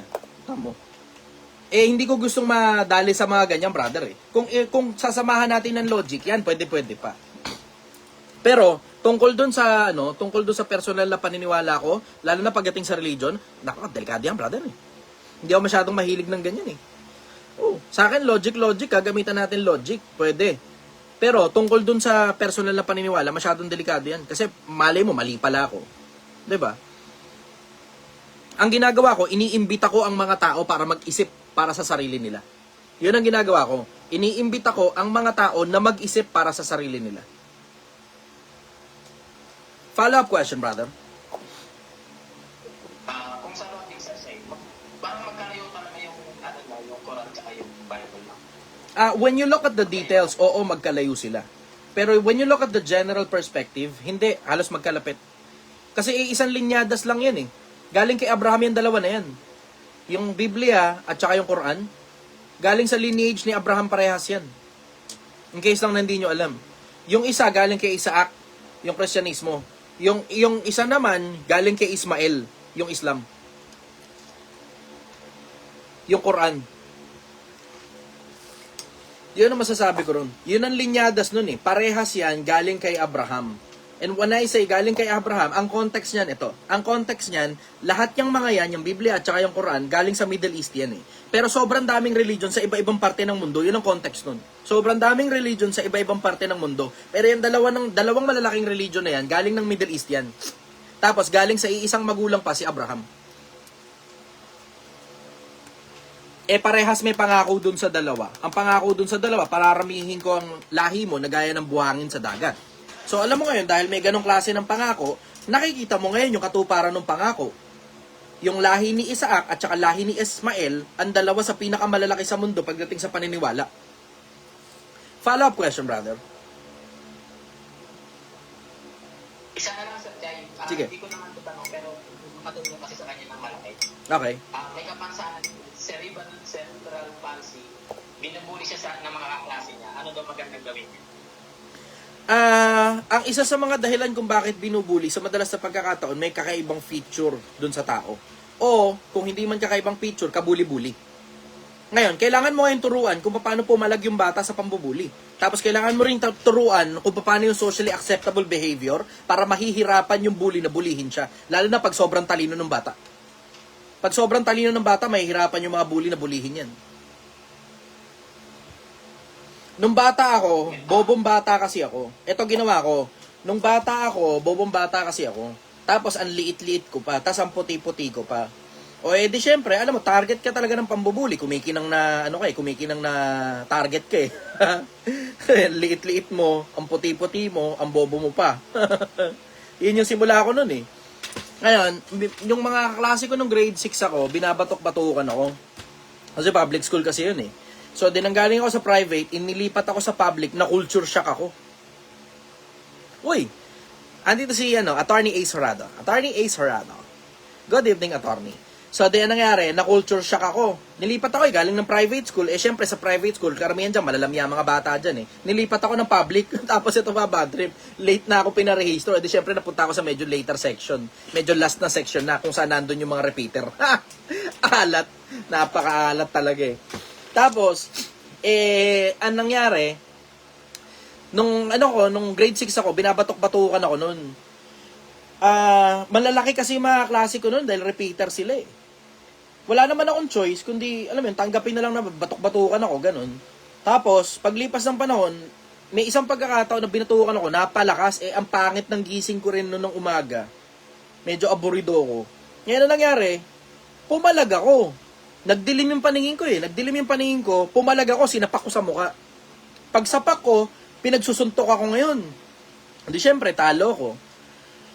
Pagkatapos nun, nung instance na yun, syempre, iyak ako, sumbong sa teacher, bla bla, yung usual. Diba? After nun, susunod na araw, hindi na ako binubuli, nagdadalawang isip na siya bulihin ako.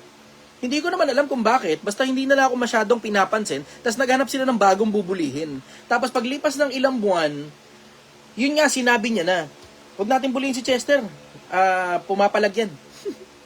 Yun yung sabi niya. Tapos, tsaka ako lang natutunan, ganun pala yun. So, ibig sabihin pala, kapag ka pala binubuli ka, tapos pumapalag ka, tapos natikman nila masakit, kahit patalo ka, kahit talo ka, hindi na sila uulit. At pag umulit sila, tanggapin mo lang ulit, masakit. So, masasaktan sila, masasaktan ka rin, pero at the end of the day, maiintindihan nila, parehas tayong masasaktan pag ako binuli mo. Pero tatanggapin ko lang yung sakit na yan, hanggang tigilan mo ko. Yun yung natutunan ko kung paano gumagana ang bully. Ang bully pala, gumagana kapag ka hindi ka pumapalag. Pero pag pumapalag ka, kahit patalo ka, okay lang. Talo ka sa suntukan, okay lang yun. Basta importante, nasaktan sila, nasaktan ka, quits na. So, ulitin-ulit nila yung pambubuli, parehas na pattern na naman yung mauulit. Masasaktan sila, masasaktan ka rin, quits na ulit. Ulitin-ulit nila yung pambubuli, parehas na pattern ulit yung mangyayari. Masasaktan ka, masasaktan sila, quits na ulit. Kung ayaw nilang masaktan, wag ikaw, iba na lang. Kasi parehas lang kayong masasaktan. Yung sa case kasi, may kapansan, cerebral palsy. Tapos binubuli siya ng mga klase. Oo nga. Hindi naman na ibig sabihin ng pananakit, physical. Pwede na naman ng pananakit sa bibig, sa dila eh. 'Di ba? Ang nakasulat sa Biblia, saktan mo ng dila.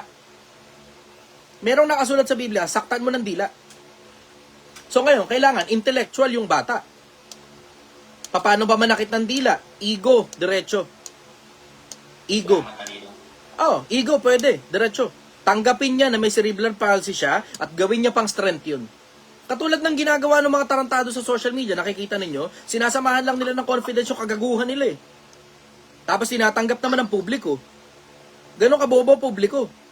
Tayo sa sobrang bobo ng publiko, samahan mo lang ng konting confidence yung katarantaduhan mo, tinatanggap ng tao. Yung mga tuwad-tuwad, nakikita niyo sa social media, di ba? Tuwad-tuwad, kalog-kalog ng suso, sinasamahan lang naman ng confidence yan, pero alam niyo hindi tama yan eh. Sinasamahan lang ng confidence. Pero alam niyo hindi tama yan. Nakikita ninyo yun sa social media. Pwedeng ganun din ang gawin ng may cerebral palsy. Samahan lang ng confidence yung cerebral palsy niya. Turuan ninyo ng confidence yung bata. Na kung ano man yung flaws niya bilang tao, matuto siyang tanggapin yun at gamitin niya yun as a form of strength. Ako yun, bibira. May cerebral palsy ako, kunyari. Tapos bully mo ako. Laki ulo. Oo nga eh, laki ulo ko. Galing, no? Ang laki ulo ko. Sana wag nyo ring ma-experience yung ganito. Pero okay naman ako. Buhay naman ako. Masaya ako. Masaya yung pamilya ko. Okay lang kami. Laki ulo. Okay nga yun. Laki naman talaga ulo ko eh. Hindi ko naman tinatanggi yun. Laki talaga ulo ko. Doon mo dalihin. Tanong mo, titigil yan. Kasi ang kapangyarihan ng mga ganyang klaseng bully, nanggagaling dun sa yung untoward reaction towards their insults. Doon nanggagaling yan eh. Yung kapag ka pumapalag ka kasi, na alam mo, naiinsulto ka. Yun eh. Pag naiinsulto ka. Pag naiinsulto ka, uulit-ulitin ka talaga niyan. Pero pag ina-acknowledge mo yung bagay na sinasabi tungkol sa'yo, tignan mo, titigil sila. Hindi masayang mambully. Bawa, katulad sa akin, maliit ako eh. Asarin mo ako pandak, sabihin ko sa'yo, totoo, pandak naman talaga ako eh. Asarin mo ako maliit ang titi ko, totoo, maliit naman ang titi ko eh. Ba't maliit lang naman ako eh? 5'5 lang ako eh. Ano ba, na-expect mo, sobrang haba, para katulad sa Amerikano. Hindi nga, 5'5 nga lang ako eh. So, asarin mo ako maliit ang titi, sabihin ko sa'yo, totoo, kahit hindi naman, pero there's only one way to find out. Ganon yun eh, diba? Umuo ka na lang, tingnan mo, pansinin mo, pag lahat ng tao, pag ano ba, ang tao iniinsulto ka, umuo ka. Tignan mo, panalo ka. Pag ang tao iniinsulto ka, umuo ka. Tignan mo, panalo ka. Pag umoo ka lang sa lahat ng pang-iinsulto ng tao at tinatanggap mo lang yon, para na rin nade-deflect mo yung pang-iinsulto nila kasi hindi tumatalab. Ganon yung konsepto. Kuha mo yan, brother. Ang galing sa Chay. Tama. Yun, ganon yung simpleng konsepto kung paano made-deflect yung mga yan. Umoo ka lang sa lahat ng pang-iinsulto nila. May cerebral palsy, malaki ulo. Oh, may cerebral palsy talaga ako eh. Laki ulo ko eh. Pero sabi ng doktor, okay naman daw ako. Matalino naman ako eh. Yan. Okay lang. Kasi gano'n naman talaga eh. Minsan, tsamba lang talaga. Ako nga may cerebral palsy eh. Kayo, bully. Oo, tingnan mo. Tingnan mo ngayon. Biglang pagtatawanan ngayon sila pabalik. Talinuhan mo lang ng pagsagot eh. Talinuhan mo lang ng pansagot. Yun ang kailangan ninyo ituro sa mga anak ninyo. Kapag meron silang flaws sa mga sarili nila, bawa, syempre, every now and then, may iba-iba, hindi mo alam kung ano lumabas sa'yo eh. Minsan, merong tsamba, anak mo may balat. Tsamba, anak mo maliit, kasi maliit lang magulang. Tsamba, anak mo bakla. Tsamba, anak mo, kung ano man yung tsamba nila, tsamba yan. Diba? Hindi sila lumabas na poging tao o sobrang gandang tao na wala silang kasiraan. Alam mo, matuto silang tanggapin yung mga flaws nila. Doon lang sa konsepto na yun, matuto kayong tanggapin kung ano man yung mga flaws ninyo. Kapag natutunan mong tanggapin yan, at hindi ka na nasasaktan kahit ano pa sabihin ng tao, dahil alam mo nakakapit sa katawan mo talaga yan, tignan mo, panalo ka. Panalo ka. Follow-up question, brother. Kung sakto na sa Chay, salamat. Malaking tulong yan. Okay. Okay. Sel, Taiwan, go. Boss, although sinabi ko na sa mga tao na nagtatanong dito sa akin, nasa inyo itanong at pumasok dito sa Zoom, pero itatanong ko pa rin. Laging tanong sa akin to ng mga bago, ano raw ba ang meron sa Project 1M at bakit tayo may ganito? Yung hindi birong talino ang meron dito. Ayaw niya ng talino, labas kayo rito. Yun ang meron dito. Na alam mo, lahat ng tao rito umuusad ang buhay dahil doon sa mga natututunan nila sa araw-araw. Pag ayaw mong matuto, wag dito, sa iba na lang. Kung ang gusto mo, tanggap-tanggap lang ng pera, ganun, bigay-bigay lang ng pera, tanggap-tanggap ng pera, wag dito. Doon na lang, 4Ps yan. Meron dyang organization ng ang publiko. Diyan ka sa 4Ps, bagay ka dyan. Mahilig ka tumanggap ng libre. Pero kapag ang gusto mo, taba ng utak at talino, dito ka. Gusto mo malagwa buhay mo, dito ka. Gusto mo umusad ang buhay ng mga anak mo, dito ka. Gusto mo maging maayos sa negosyo mo, ang employment mo, ang freelancing mo, ang investment mo, dito ka. Kasi dito, meron tayong mga matatalinong taong eksperto sa mga industriya nila. Yun ang meron dito, wala sa iba. Dito, lahat ng bagay na papag-usapan. Lahat ng bagay na papag-usapan. Lahat. Kahit gaano pa katabu yung topic na yan, pinag-uusapan pa rin yan dito. Kaya, astrophysics yan, quantum physics yan, religion yan, politika yan, geopolitics yan, o kahit na ano pa yung topic na yan, negosyo, employment, pag-aanak, pag-aasawa, pagpapamilya, pakikipagkaibigan, pakikipagsosyo, kahit ano pa yan, lahat ng bagay na papag-usapan dito, kahit gaano katabu at kahit gaano kasakit sa pandinig, pinag-uusapan pa rin dito yan. At wala ka halos makikitang ganitong organization sa buong Pilipinas. Kasi kung meron sana naging miyembro ko nun. Wala. Nagsisali ako sa sobrang daming grupo. Ang kadalasan, normal na papag-usapan talaga maraming iba-ibang bagay. Pero nakadepende dun sa kung sino yung taong kausap mo. May mga makakausap ka sa loob ng grupo na yun. Pero depende kung sino yung taong kausap mo. Pero hindi siya pinag-uusapan as a whole. Yung buong organization nag-uusap tungkol sa iba-ibang mga bagay. Hindi siya napapag-usapan ng ganun.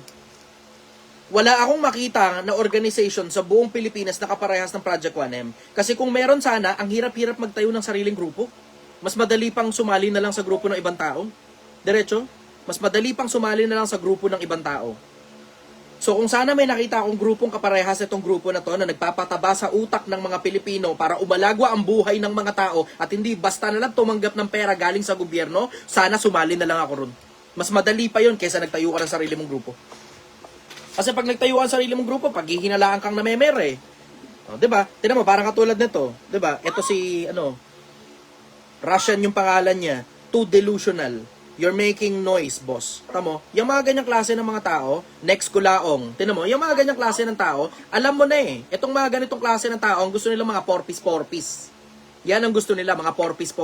Tanggap-tanggap ng pera galing sa mga vlogger. Yan ang gusto ninyong mga yan. Yan ang gusto ng mga yan. Eh mga basura ng lipunan, automatic yan, magkakasama yan sila eh.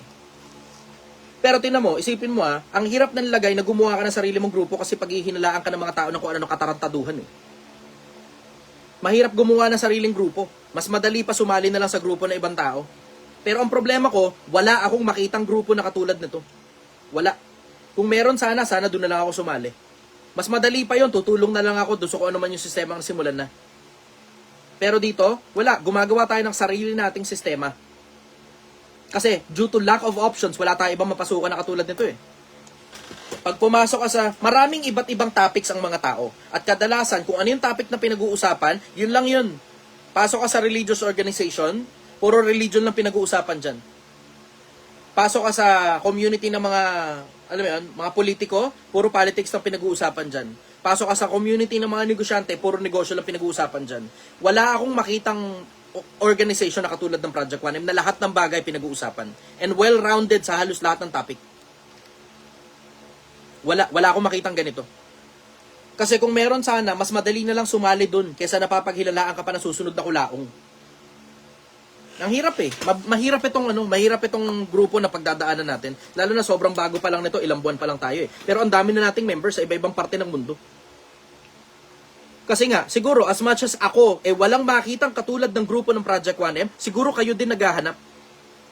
Kung paano ba natin maiayos yung mga anak natin. Kung paano ba natin maiayos yung sarili natin. Kung paano ba natin maiayos yung asawa natin. Kung paano ba natin maiayos yung magulang natin. Kung paano ba natin maiayos yung maliit na community natin sa society. Kung paano ba natin maiayos yung barangay natin. Paano natin maiayos yung bansa natin. Paano natin maiayos yung kaluluwa natin hanggang dumating tayo sa kabilang buhay. Wala akong makitang ganito eh. Wala eh. Diretso, lahat ng organization na ginawa ng mundo, meron nito chap-chap. Hiwa-hiwalay sa iba-ibang grupo. Iba-ibang topic, isang grupo kada topic. Pero lahat ng topic, all combined, wala. Wala akong mahanap na ganun. Wala. Yun ngayon na meron ng Project 1M na wala sa iba. Ang meron ng project na wala sa iba, lahat ng topic na papag-usapan dito. Lahat. No holds barred. Kahit conspiracy theory pa yan, napapag-usapan din dito yan. Tungkol sa Nibiru, tungkol sa ice wall, tungkol sa flat earth, tungkol sa lahat ng bagay na napapag-usapan dito. Including religion, Biblia, Quran, including politics, Duterte ka o BBM ka, lahat ng bagay na napapag-usapan dito. At dito, ito kagandahan, walang napipikon dito. Kasi pag pikon ka dito, talo ka. Lula. Lahat dito, open-minded. Lahat na mapag-usapan. At dito lang yung organization sa buong mundo, sabihin ko na sa buong mundo, kasi wala rin naman ako nakita nito sa ibang parte ng mundo eh. Nalabas yung Zoom ko. Kapag kaganyan talaga usapan, automatic eh. Mana, reconnecting tayo, reconnecting.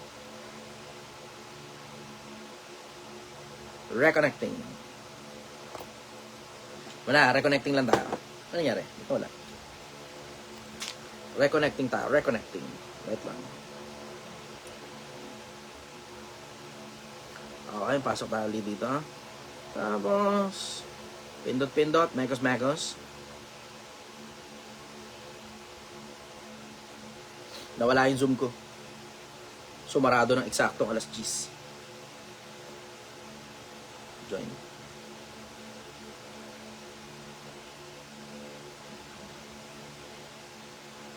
Nangyari. May nangyari ba sa signal? Wala naman. Wala. Okay. Pakikinig lang ako, boss. Dami natututunan. Bakit ganun? Ano nangyari? Ba't nawala?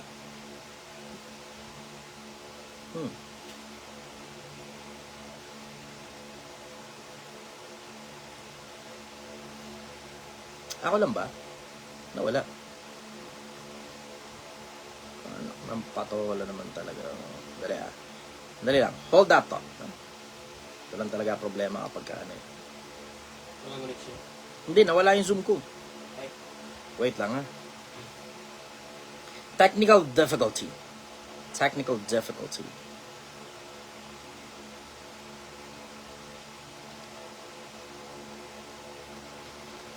Wait lang. I'm a technical difficulty lang.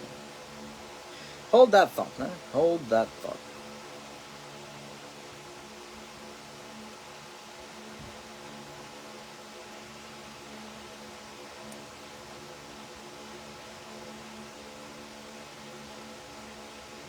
Yeah.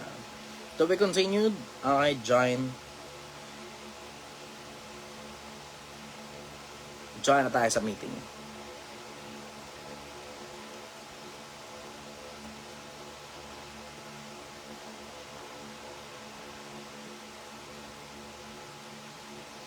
Did you find out about Eric Von Daniken? Sino tong Eric Von Daniken? Ano nyo nga? Screenshot muna ako. Eric Von Daniken. Research kayo mamaya. Hello everybody. Ako'y nawala. Narinig niyo ba ako?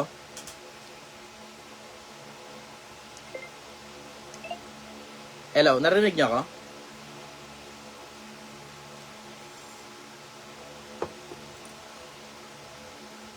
Ito na yung pinakamagandang community na napasukan ko talaga. Lahat pero... Hello, narinig niyo ako? Yes, boss. Welcome po, boss. Yes, brother. Papi. Pagkakaingan yan talaga nakakasarapan ng kwentuhan, may nangyayaring kakaiba eh. Nalabas ba naman ako? Nalabas ako. Okay, sige. Ano nga uli yung tanong? Utang, nakalimutan ko. Boss, pinatatanong kung ano daw meron sa atin sa Project 1M. Although sinasagot na namin yan, nandito ka, actually sobrang matalino na kailangan nilang ma-encounter. Tanong sa'yo mismo, yan ang sagot namin, boss. Okay. So yun, lahat ng bagay na papag-usapan dito. Siguro, ako isa lang sa mga advisors dito sa loob ng Project 1M. Yun ang masasabi ko, isa sa mga advisors sa loob ng Project 1M, at hindi ako ang pinakamatalinong tao rito. Siguro, I will say, in any field, merong mga tao na mas matalino kaysa sa akin, sa kahit na anong field. Pero, tungkol dun sa, alam mo, kanya-kanyang expertise lang naman yan eh. Lahat ng field of expertise ninyo, sigurado mas magaling kayo kaysa sa akin. And there will come a time na hindi na ako yung magsasalita rito. Ako parang advisor lang sa ngayon. Tapos, nagtatanong kayo, sasagot ako. Tapos, there will come a time, iba na yung mga sasagot dito. Sigurado magkakaroon tayo ng mga speakers dito. Kasi ako na rin mismo ang magte-train dun sa mga tao na papalit sa akin. Wala akong makitang grupong ganito. And I think this organization should last for generations to come. Para dun sa mga susunod na lahi ng Pilipino. Alam mo, isa sa pinakamalalaking bagay na natutunan ko, kapag ka matalinong tao ka, huwag mong ipagdamot yung talino mo. Kasi gaya ng nasusulat, bumili ka ng karunungan at huwag mong ipagbili. Yung konsepto ng talino, alam mo, ibinabahagi sa kapwa-tao yan. Ako naman, nanghihinayang. Kasi sa dami ng mga bagay na natutunan ko sa lahat ng mga nagdaang panahon, sabi ko kako, gagawa ko ng paraan para yung mga natutunan ko maikalat sa mga tao. Hindi ko sinasabing ako pinakamatalinong tao, pero ang sinasabi ko, marami akong bagay na natutunan eh. Napakiramdam ko, pakikinabangan ng mga tao kasi kakainin lang naman ng lupa to pagkamatay ko eh.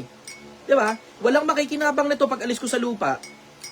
Ngayon, ako naman, ang gusto kong mangyari, maibahagi ito sa kapwa ko as a form of my charity.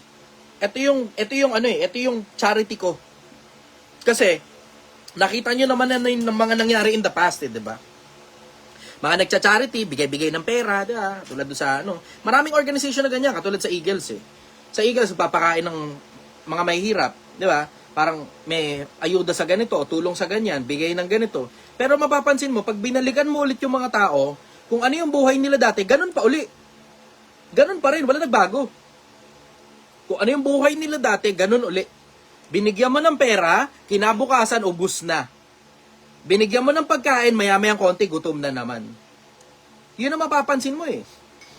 Ang mapapansin mo, hindi gumagana yung charity na pamimigay ng pera.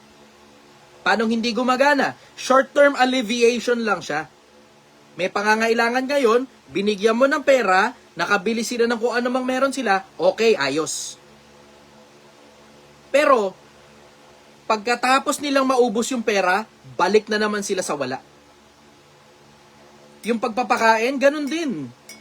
Papakainin mo ngayon, maya-mayang tanghali, gutom na naman sila. 3 oras, 4 oras na nakakalipas, gutom na naman sila.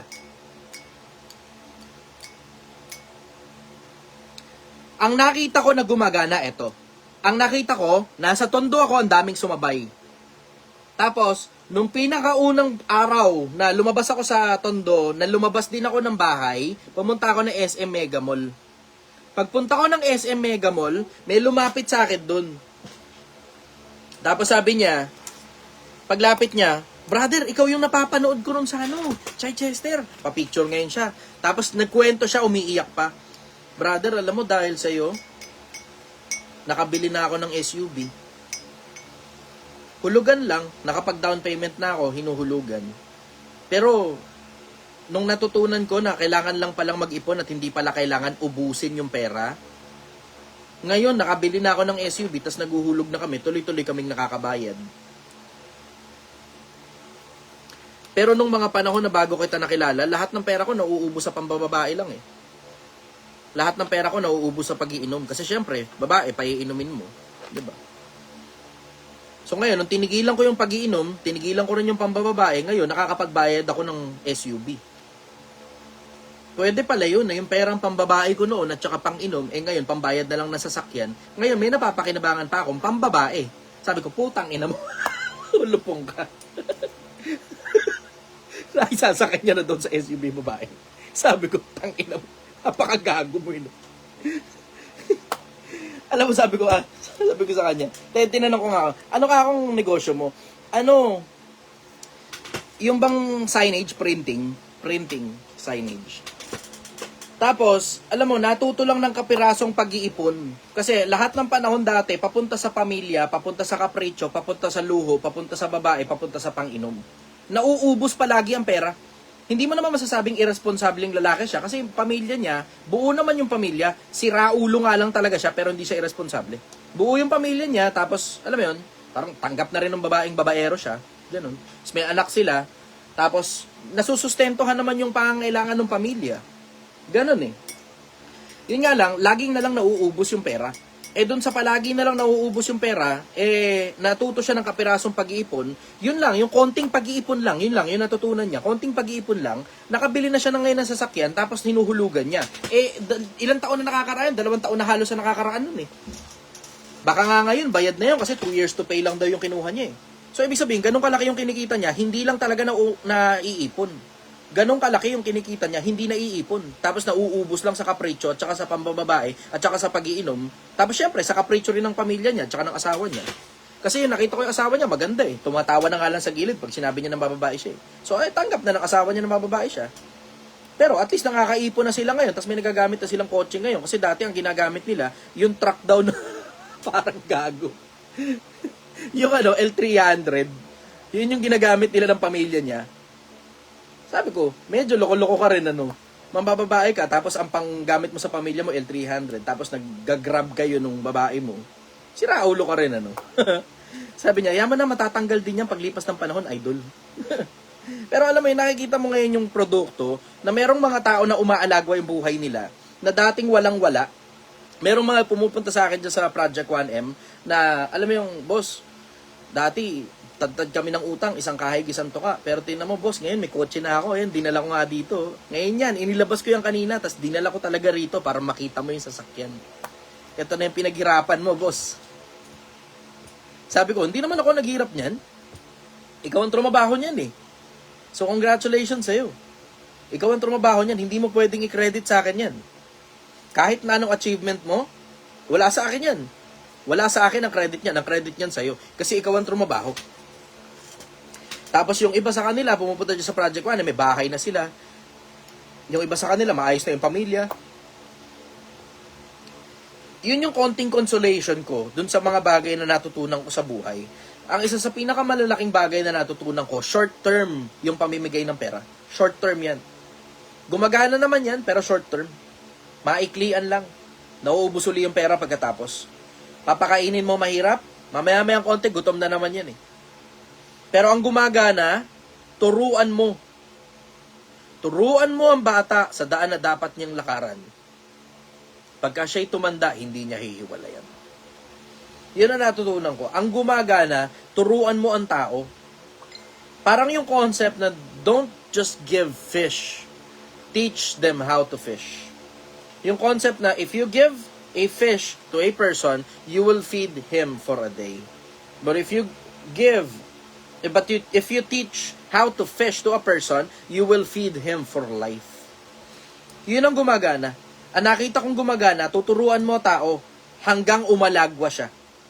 So ngayon, sa haba ng panahon na nagsasalita ako sa social media, libre lang, wala naman akong hinihinging bayad sa inyo, diba? Yung mga natututunan ko, pinapasa ko sa inyo, tapos nagtatanong kayo ng eksaktong mga bagay na pangangailangan mismo ng kaisipan ninyo at ng damdaman ninyo, minsan ng pangangatawan ninyo. Tapos sasagutin ko. So ngayon, dun sa ganong paraan, marami ng tao yung umalagwa. Ito ngayon ang problema. Yung mga iba, nawawala yung progress nila. Maya't maya, nawawala yung progress nila kasi nahihirati sa kung ano ng iba-ibang klase ng bisyo at saka iba-ibang klase ng endeavor. Kasi in case lang hindi nyo alam, ito natutunan ko sa buhay. Pakinggan ninyo muna ako. Akin muna sandali ang atensyon. Sa akin muna sandali ang atensyon. Meron ako isa sa mga pinakamalalaking bagay na ituturo sa inyo at ginto ito, ginto. In general, ang natutunan ko ito, hindi built ang mga tao para yumaman. Hindi tayo ginawa para yumaman tayo. At sigurado ako dyan. Bakit? Kasi kung ang pagkakagawa sa atin, dapat lahat tayo mayaman, sana ang general population ng mundo mayaman. Hindi Ang general population ng mga tao mahirap. Kasi hindi tayo built para yumaman. Ginawa yung mga katawan natin at saka yung mga isipan natin na merong feature of survival. At yung survival na yan ang basic instinct ng tao. Kaya kung mapapansin ninyo, ang mga tao lagi na lang naghahanap ng mali sa iba. Bakit tayo laging naghahanap ng mali sa iba? Because of survival purpose. Alam natin, something wrong means danger. Something wrong means danger. And for survival to thrive, we need to make sure that we notice anything that is wrong. Kailangan nating mapansin yung mga bagay na alam natin na wala sa lugar. Para saan? Para manatili tayong buhay. Survival yan Ang feature nating mga tao, initial feature natin, survival. Kailangan nating manatiling buhay as a species. So ngayon, ang hanap ng mga tao, lagi nasa ng mali. Yun ang laging hanap. Hindi tama, nasa ng mali. May kumaluskos dito, alam mo na, kabado ka ngayon. Ba't may kumakaluskos dyan? Nakita mo may kakaibang kilos si ganito, alam mo na, kakaibang kilos. Yung asawa mo, tinatago yung cellphone, alam mo na. Sa ganong angulo, naiintindihan natin pare-parehas kung paano tumatakbo utak ng tao. Ang basic instinct ng tao, survival. At dahil dyan sa survival na yan, hindi tayo built para yumaman. Pero may paraan para yumaman. Ito nga lang ang problema. Ito problema. Uulitin ko, ito problema. Ang problema, bayad na yung pagkain mo, yung ilaw mo, yung tubig mo, yung renta mo, yung anak mo, bayad. Ngayon, yung mga basic necessity, pag nabayaran mo na lahat yan, ang madalas na susunod, kapritsyo. Yun ang madalas na sumusunod. Kapritsyo. Ito pa mas mabigat. Dahil ang kapritsyo masarap, ang susunod sa kapritsyo, bisyo.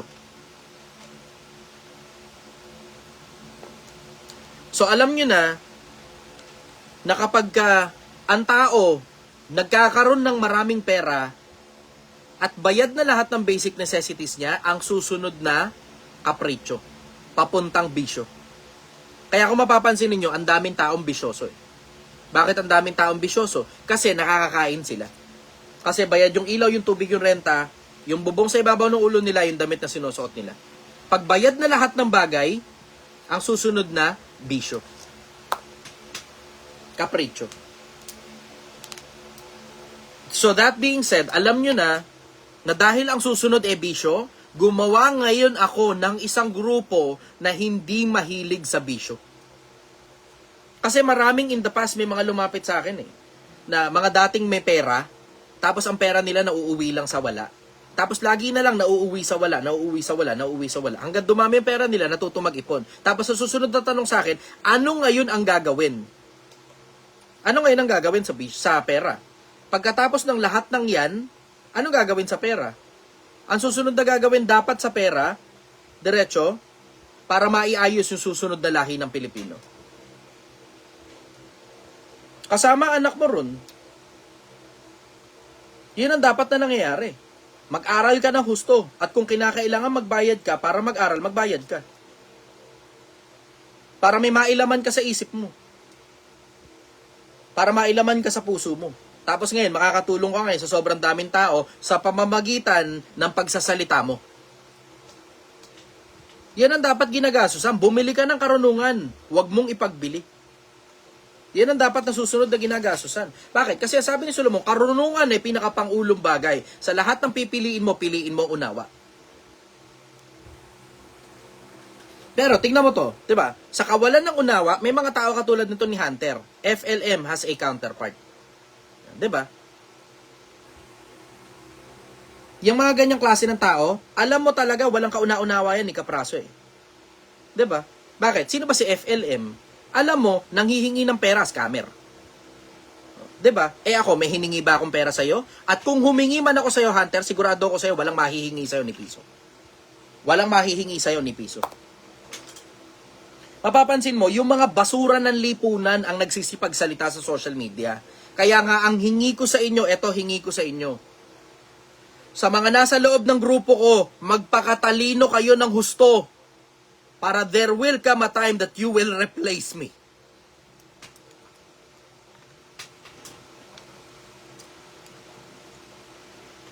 Iyon ang hingi ko sa inyo. Ang hingi ko sa inyo, magpakatalino kayo ng husto para mapalitan ninyo ako.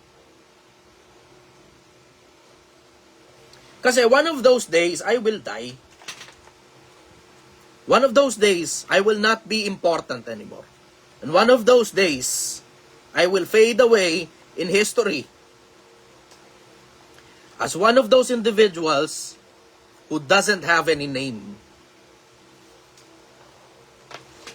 Darating ang panahon, malilimutan ako ng mga tao.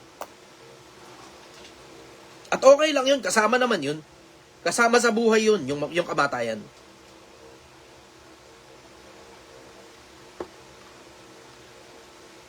Pero ang hingi ko sa inyo, lalo na sa mga nasa loob ng grupo ko, magpakatalino kayo ng gusto.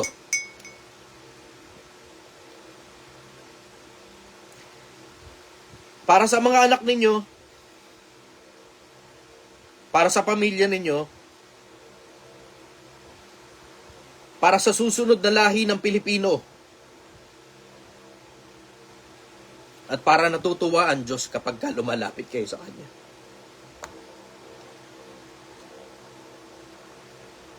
Magandang gabi sa inyo lahat. Mahal na mahal ko kayo.